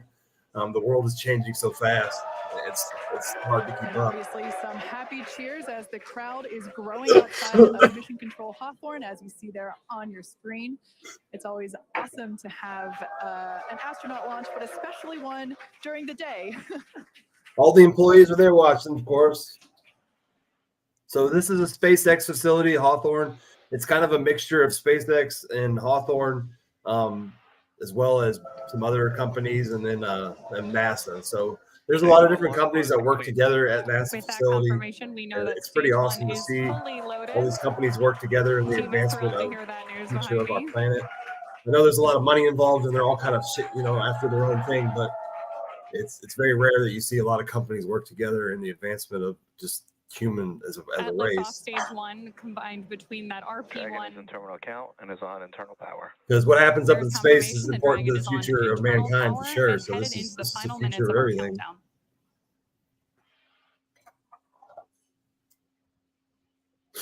Some lemon pepper, hell yeah, for sure. As Fire we it see up, here Jeremy. at liftoff, Falcon 9 will be burning nearly 700 Say cheers when the gallons rocket of goes fuel up. per second. Great views there too of our crew inside Dragon, awaiting liftoff just over 2 minutes from Also, now. this is NASA's feed. SpaceX doesn't do many feeds. They don't have very well at social media.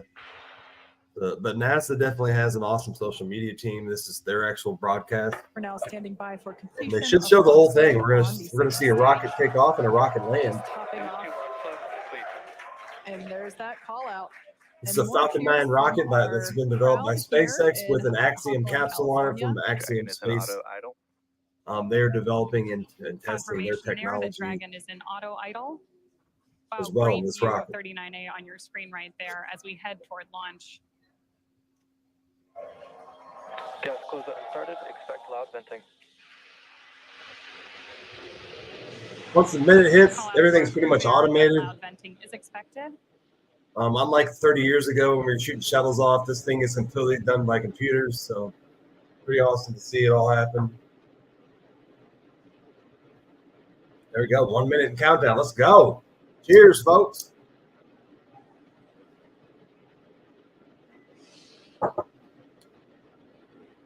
Falcon 9 is in startup. There's that Dragon is in countdown. confirmation that Falcon 9 is in If there was an startup and explosive Dragon is in countdown. reaction button, I would tell you to hit Vehicles that, are but don't now forget to hit controlling them the love, final like, seconds reaction, as we share lead up buttons. to liftoff. It helps for future stories to get out. I'm just watching this today, no matter if I was sharing it on Facebook or not. But T minus And there's confirmation from 40 our flight seconds. director. Go for launch. We are go for launch. Go for launch. T minus 30 seconds. Let's go.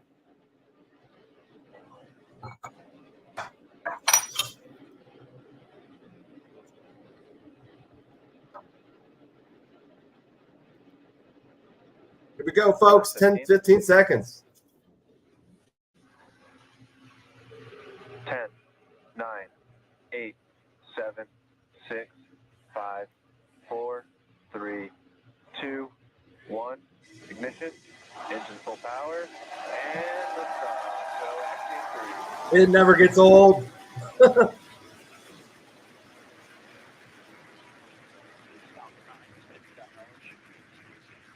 Further beyond, opening the door for more to follow. Godspeed, Ax-3. Stage 1 propulsion nominal.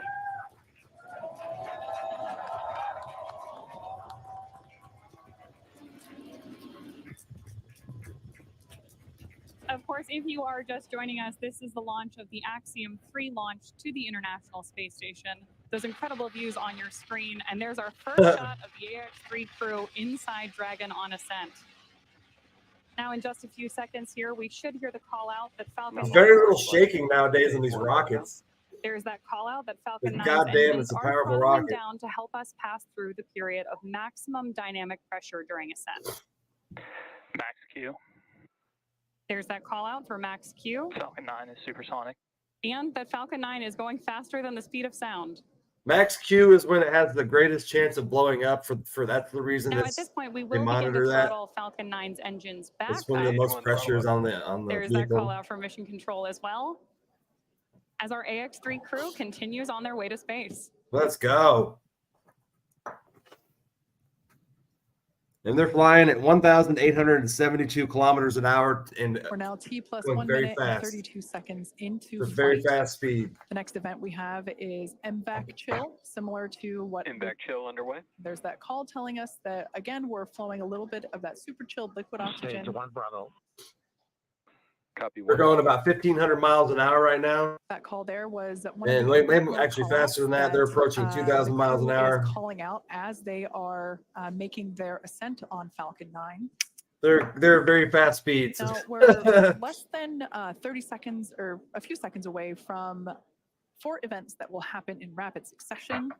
Main engine cutoff, or MECO, as it's there on the bottom of your screen, stage separation, ignition of the first stage engine, and the first 2,500 miles an hour. burn.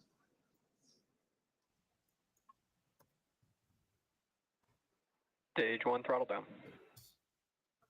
36. That call telling us 3,700 miles an hour. throttle Jesus down. Christ. They're just going, they slowing down a little. Stage separation confirmed. SpaceX Dragon 2 Alpha. Separated the booster from the main capsule. Now look at that view. First and second stages have separated. A beautiful view there. The brighter light is the second stage under power of the MVAC engine. That first stage booster is now heading back toward the Florida coast. One thing I love about daylight launches is we're going to get some amazing views. We should be able to see the space. If you're in the Florida region, folks, you can see this from your window right now. Go outside. Landing zone. This rocket's about to land on the southern tip of Florida. Note that I don't know. I think they're doing this. This is a landing. It's going to land on land. About, as you can rocket's see there on going to come back screen, down. 114, 115 kilometers above the Earth's surface, and it's going to keep coasting for a little bit. Beautiful view there on the right-hand side of your screen of that Stage MVAC 1 engine. boost back shut down. All right, that boost back burn has concluded on the first stage. Everything looks nominal with the second stage trajectory. Everything also looking good. Dragon, SpaceX, trajectory nominal. Hell of a view. Everything looking good on the first stage as well, as we see those grid fins begin to deploy. SpaceX Dragon loud and clear. Now, the next 2 major events we're tracking for the first stage, which right now is on the left-hand side of your screen, is going to be the entry burn at about T plus 6.5 minutes, where we'll light 3 of Falcon 9's first stage engines, followed shortly thereafter by the landing burn. So the right side is what's actually attached to the capsule. Will be a single engine that glowing burn ball is bring us actually back the to landing second zone stage 1 that at actually is Kennedy Space behind Center. these astronauts. So that is attached Great to view the there of our astronauts. crew on board. And you can, of course, always keep an eye on their telemetry down in the bottom corner of your screen. That second stage will eventually detach once it gets into the proper orbit. The International Space Station is a little bit higher than your normal At satellites, this point, we should be just about 1.5 minutes away from so that it entry needs a little burn. bit extra push. Trajectory nominal. Good call outs there that we continue on a So nominal trajectory. they call it the with second Dragon stage, and then the first stage is going to come back down and land on the and acknowledgement from the ground. crew. First stage is on the left. These are incredible views on your screen. Look right at the here. sun Again, over there. the Beautiful. left-hand side They of your got the screen sun is in there. stage That's 1 awesome. making its You can way see back the to sun Florida. reflecting off And the stage clouds 2, of the you earth. see that MVAC engine burning, taking our Ax-3 You know, crew to orbit. the clouds actually reflect off the top of the cloud. The sun reflects off of the clouds. This is awesome to see. So in order to reflect off of the clouds, it has to reflect off of the water vapor then, because it's just not bouncing off the clouds. That entry burn we're waiting on here is going to be a relatively quick burn, and what we're doing with our first stage is effectively scrubbing off some of that velocity. As Very we're rare to get a sun. landing. This is the first time I've ever seen the sun in the picture. Interesting. SpaceX trajectory nominal. Great cameras A too. nominal trajectory for Dragon as we continue to orbit. Again, These are confirmation better from the cameras crew. than they normally have. I And think we this are might be expecting about Axiom. 2.5 No, these are more minutes SpaceX's from that cameras. second engine burn. And they also upgraded their cameras.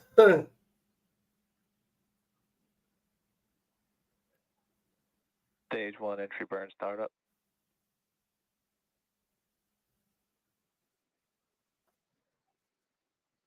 Yeah, I saw that, Stage Stephanie. It 1 looks pretty entry good. burn shut down.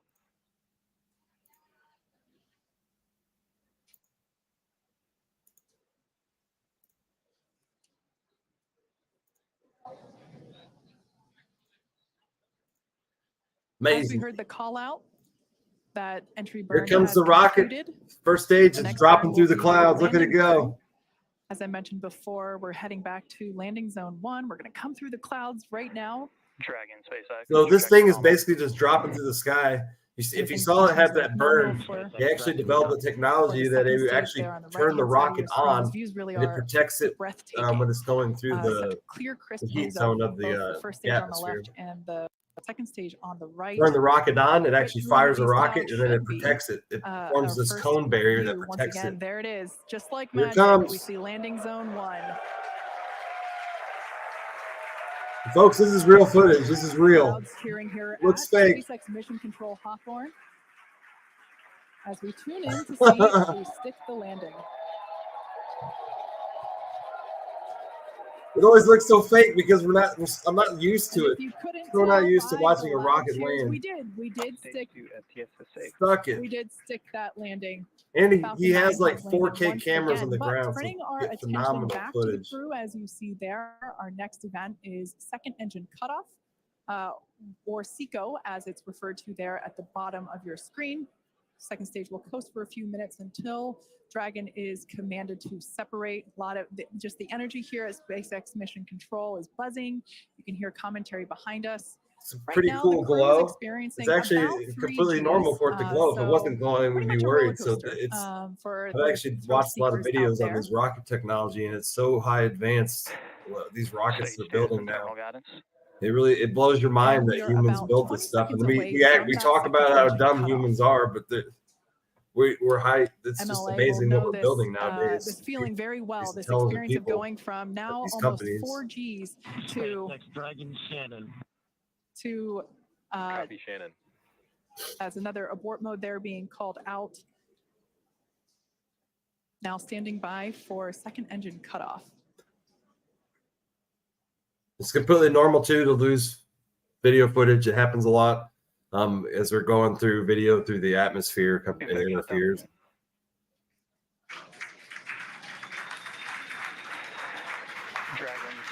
Second engine shut off. Second stage shut off. There we heard those call outs of second You can engine see all that shutdown ice falling and off the engine. So it's orbital in the insertion. space now, and there's ice particles falling off. It's even though it looks hot, it's cold too.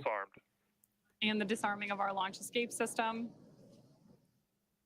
That, of course, means that our AX-3 And you can crew see their is arms getting are their floating around, first so there's zero experience here gravity. in microgravity.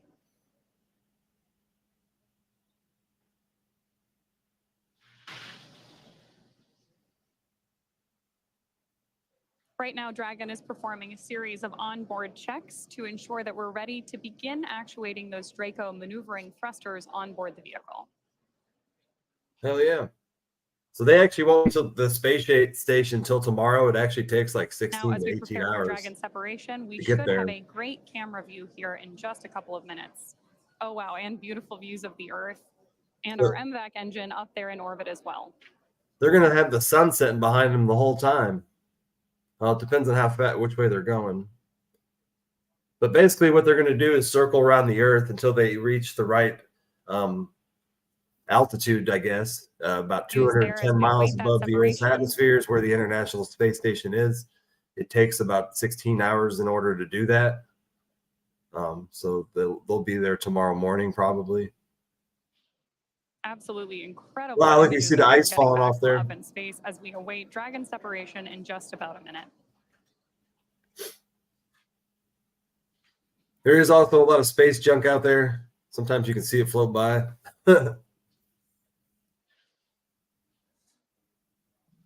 More views there of our AX-3 crew on board Dragon.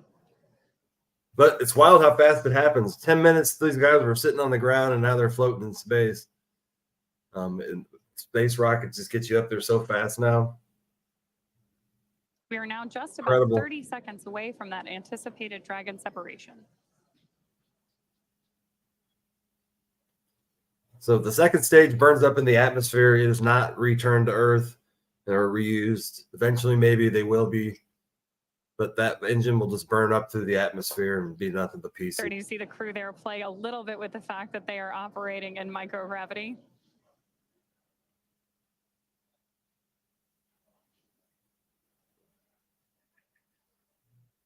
But the second stage is just one engine. The first stage has 9 engines in it. And a great shot of mission control here in There's a lot more to recover with 9 engines compared to 1.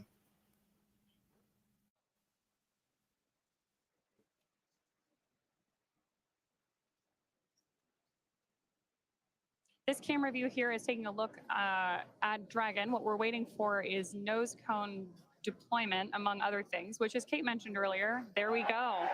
Yeah, well, they can zoom out. These cameras have zoom on them. Oh, no, that disconnected. Gotcha. As you can see, Dragon has separated from the second stage. A pretty cool view here looking up at the heat shield that will return the Ax-3 crew back to Earth in just about 2 weeks. So this is our first view of Wow, I've never seen that view. Flying free.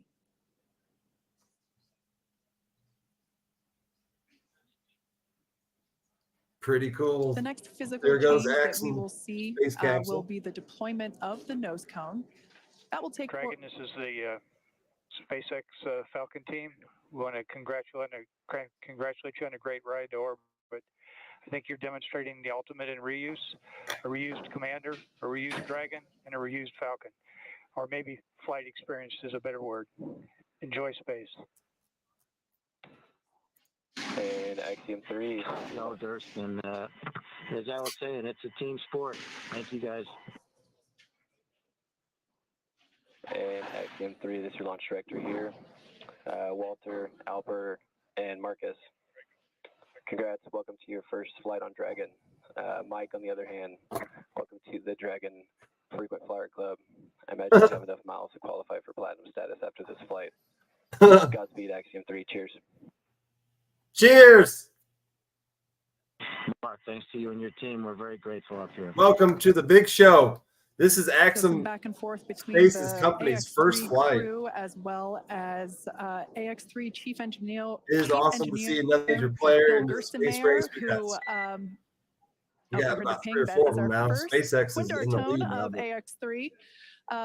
Fun fact, Bill Gerstenmaier was actually chief engineer on AX-1, which is the mission that MLA was also commander of. So Axiom Space is a company that is going to be building space stations. We also have some reuse on our side as well. So it's very important. These are that's why NASA and SpaceX are working with them, because so just really nice neither one of them are building space Falcon stations. Team and the Dragon team to the Ax-3 crew. So these space stations are going to become integral parts and of with that, our Ax-3 crew is in orbit and our on living their way space in the to upper atmosphere International between the Space moon. Station. Obviously, great views of the crew there.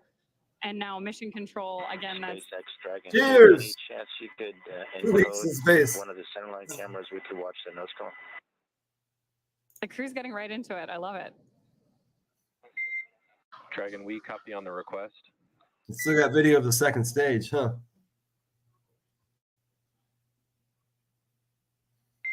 And Dragon, we expect that You can see how fast the Earth rotates. You can't see the sun anymore. It is now gone behind the Earth.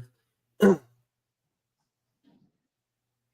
shouldn't say the sun rotates, the Earth rotates. So we're rotating around the sun.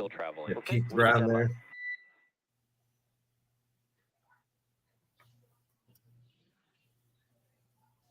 Great views there of our crew, again, on their way to the International Space Station. And already getting right down to the business of operating Dragon.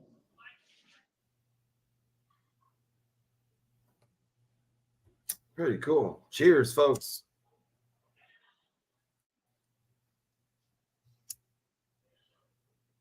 You can still see a huge number of our team gathered behind mission control.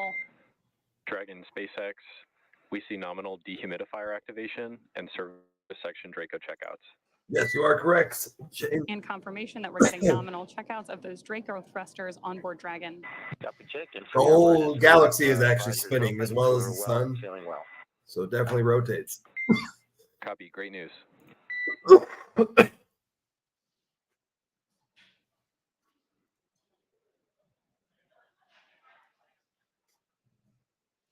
The other thing we don't want to see So is for a those of video you feed that loss. have just recently tuned in, Because of something bad Ax-3 happening. is in space. The crew is experiencing their first taste of microgravity Here is a view of our MVAC engine, which. And by the way, these are all commercial spots that have been taken. These have actually been bought by companies. Away from that is the future of space travel. That's how companies and NASA stay in business. We are standing by for sell seats on your rocket deployment. This for a lot of takes money. A few minutes to complete, as there are 2 sets of hooks that need to be opened independently of each other.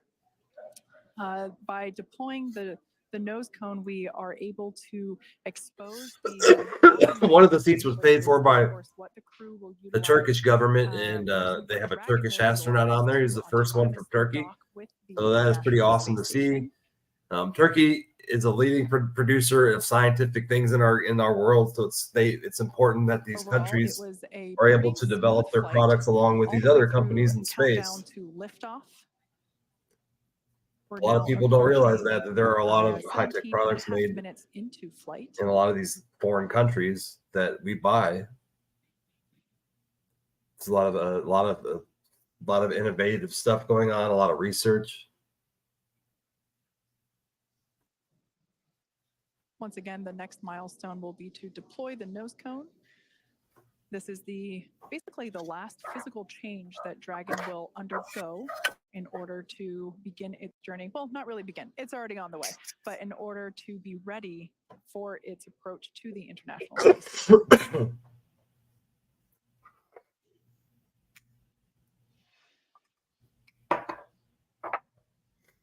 Should we do the Rocket Man? Cheers, everybody.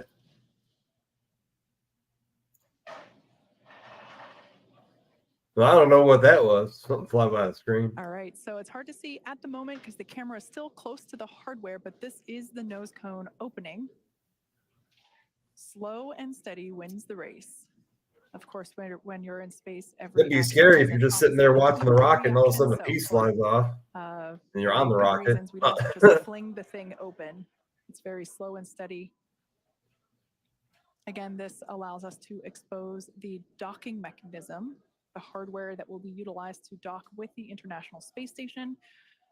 That hatch, which is the forward hatch, will then be opened, and that's how the crew will get in and out of Dragon while it is up at the space station for the next 2 weeks.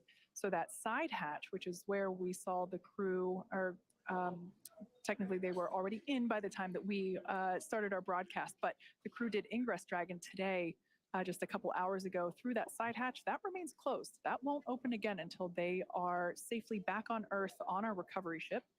So this nose cone that we see here slowly being opened is basically opening the first part of a multi-system door for them to get in and out of the International Space Station. That's a slow opening door. I mentioned before that docking is autonomous. That means that Dragon does the steering itself. Our pilot, Walter Villadei, has the training and the capability to take control if necessary, but nominally speaking, Dragon flies on autopilot. It does the thinking and the calculation itself. Pretty cool. Which at the end of the day is ultimately much safer than human steering, as there's more humans are prone to error because we are human. So that's a live view there of SpaceX Mission Control Center here at SpaceX headquarters in Hawthorne, California. It is in the middle of our workday, so of course, many folks have returned to their positions, their desks, their job, and they are continuing to do what we do best, and that's build spacecraft and cheers. And Cheers some diamonds here. like we have done today. So cheers, Rasta, if you're still here. Let's check in over with Courtney, who is standing by at the ISS Mission Control Center in Houston. Don't forget to hit that like, share, reaction buttons, folks. I thank you very much for being here. We're just watching some rockets Hey, Kate, everything is Dude great. off. What a beautiful launch today. And We are launch on of NASA's Ax-3, feed the right teams now. at NASA's Johnson Space Center will be monitoring Dragon's flight to the International Space Station over the next 36 hours. NASA's role in this journey really kicks in at a period called integrated operations, where Dragon is much closer to the station. At this point, NASA, SpaceX, and Axiom Space teams are all in lockstep to get the crew safely docked. The teams here are preparing for a docking of Ax-3 to the station on Saturday morning. Cheers! For now, that will be it from us in Mission Control Houston, and we'll be back with you Saturday for docking. And for now, we'll send it back to you, Kate and John. Hell yeah! We did hear that we had nominal opening of the nose cones, so that is great news. Everything went Now, as over the planned. next 30 Cheers to the 30 astronauts. plus hours, really, Dragon will execute a series of burns This bowl's to for gradually you. raise and line up the Ax-3 crew for docking with the International Space Station and what we refer to as the activation and rendezvous phase of the mission. In just a few minutes, the crew will change out of their spacesuits and get a little bit more comfortable for flight, and something that would be my favorite part, enjoy their first meal aboard the spacecraft. Over the course of their flight, they will have a rest period that will last for about 8 hours. Before they arrive at the space station, we will have 2 potential opportunities to chat briefly with the crew on orbit, one around 3:15 p.m. No, they're not going to Pacific, show it all the and way. It another takes like, around I think they 6:20 did p.m. 36 Pacific. hours. Dragon SpaceX. Environments look good for suit docking, and the cabin gonna take a camera while. is soon to be configured. Your go for suit docking. This feed's good. They're going to end the feed probably in We'll 5 put minutes. 4.012 in work. All right, so that call out there just saying And then I'll that probably the end the crew feed is too. I was clear coming here to take show off a their rocket suits. As shoot I had off. mentioned, they're able to get a little bit more comfortable for the upcoming journey. Now, we were talking about some on-orbit opportunities to chat with the crew. While we are hopeful that one of those opportunities will work out, neither opportunity is guaranteed, as they are unfortunately Not dependent much on more both to crew show now. schedule They're just going to be and floating ground through station coverage. However, space if for we are able a to long support, time. we'll make an announcement on our social media channels no later than 15 minutes before the event start time. In the meantime, be sure to keep tabs on the mission at axiomspace.com, and you can also track. And Dragon cameras are external.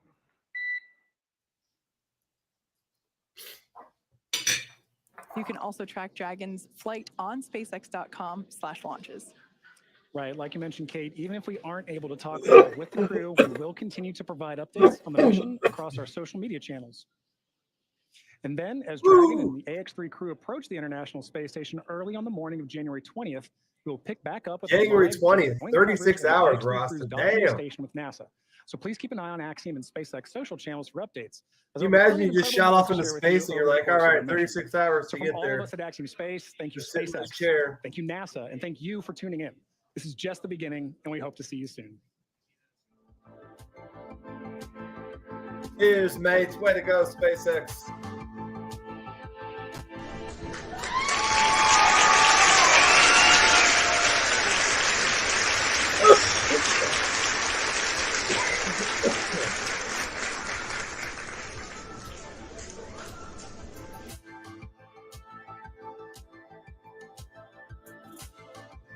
Look at all them comments coming through on the YouTube. They got 20, they had 60, 70,000 people watching over there. That's awesome.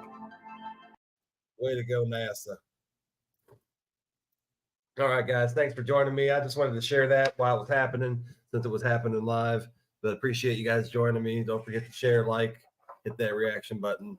But I will see you guys later. Don't forget to join Rasta tomorrow on a 710 giveaway. Rasta the Rhino. I'll probably see you guys on there as well. And until then, y'all have a good day. Stay warm. And we'll see you guys later. Peace, guys.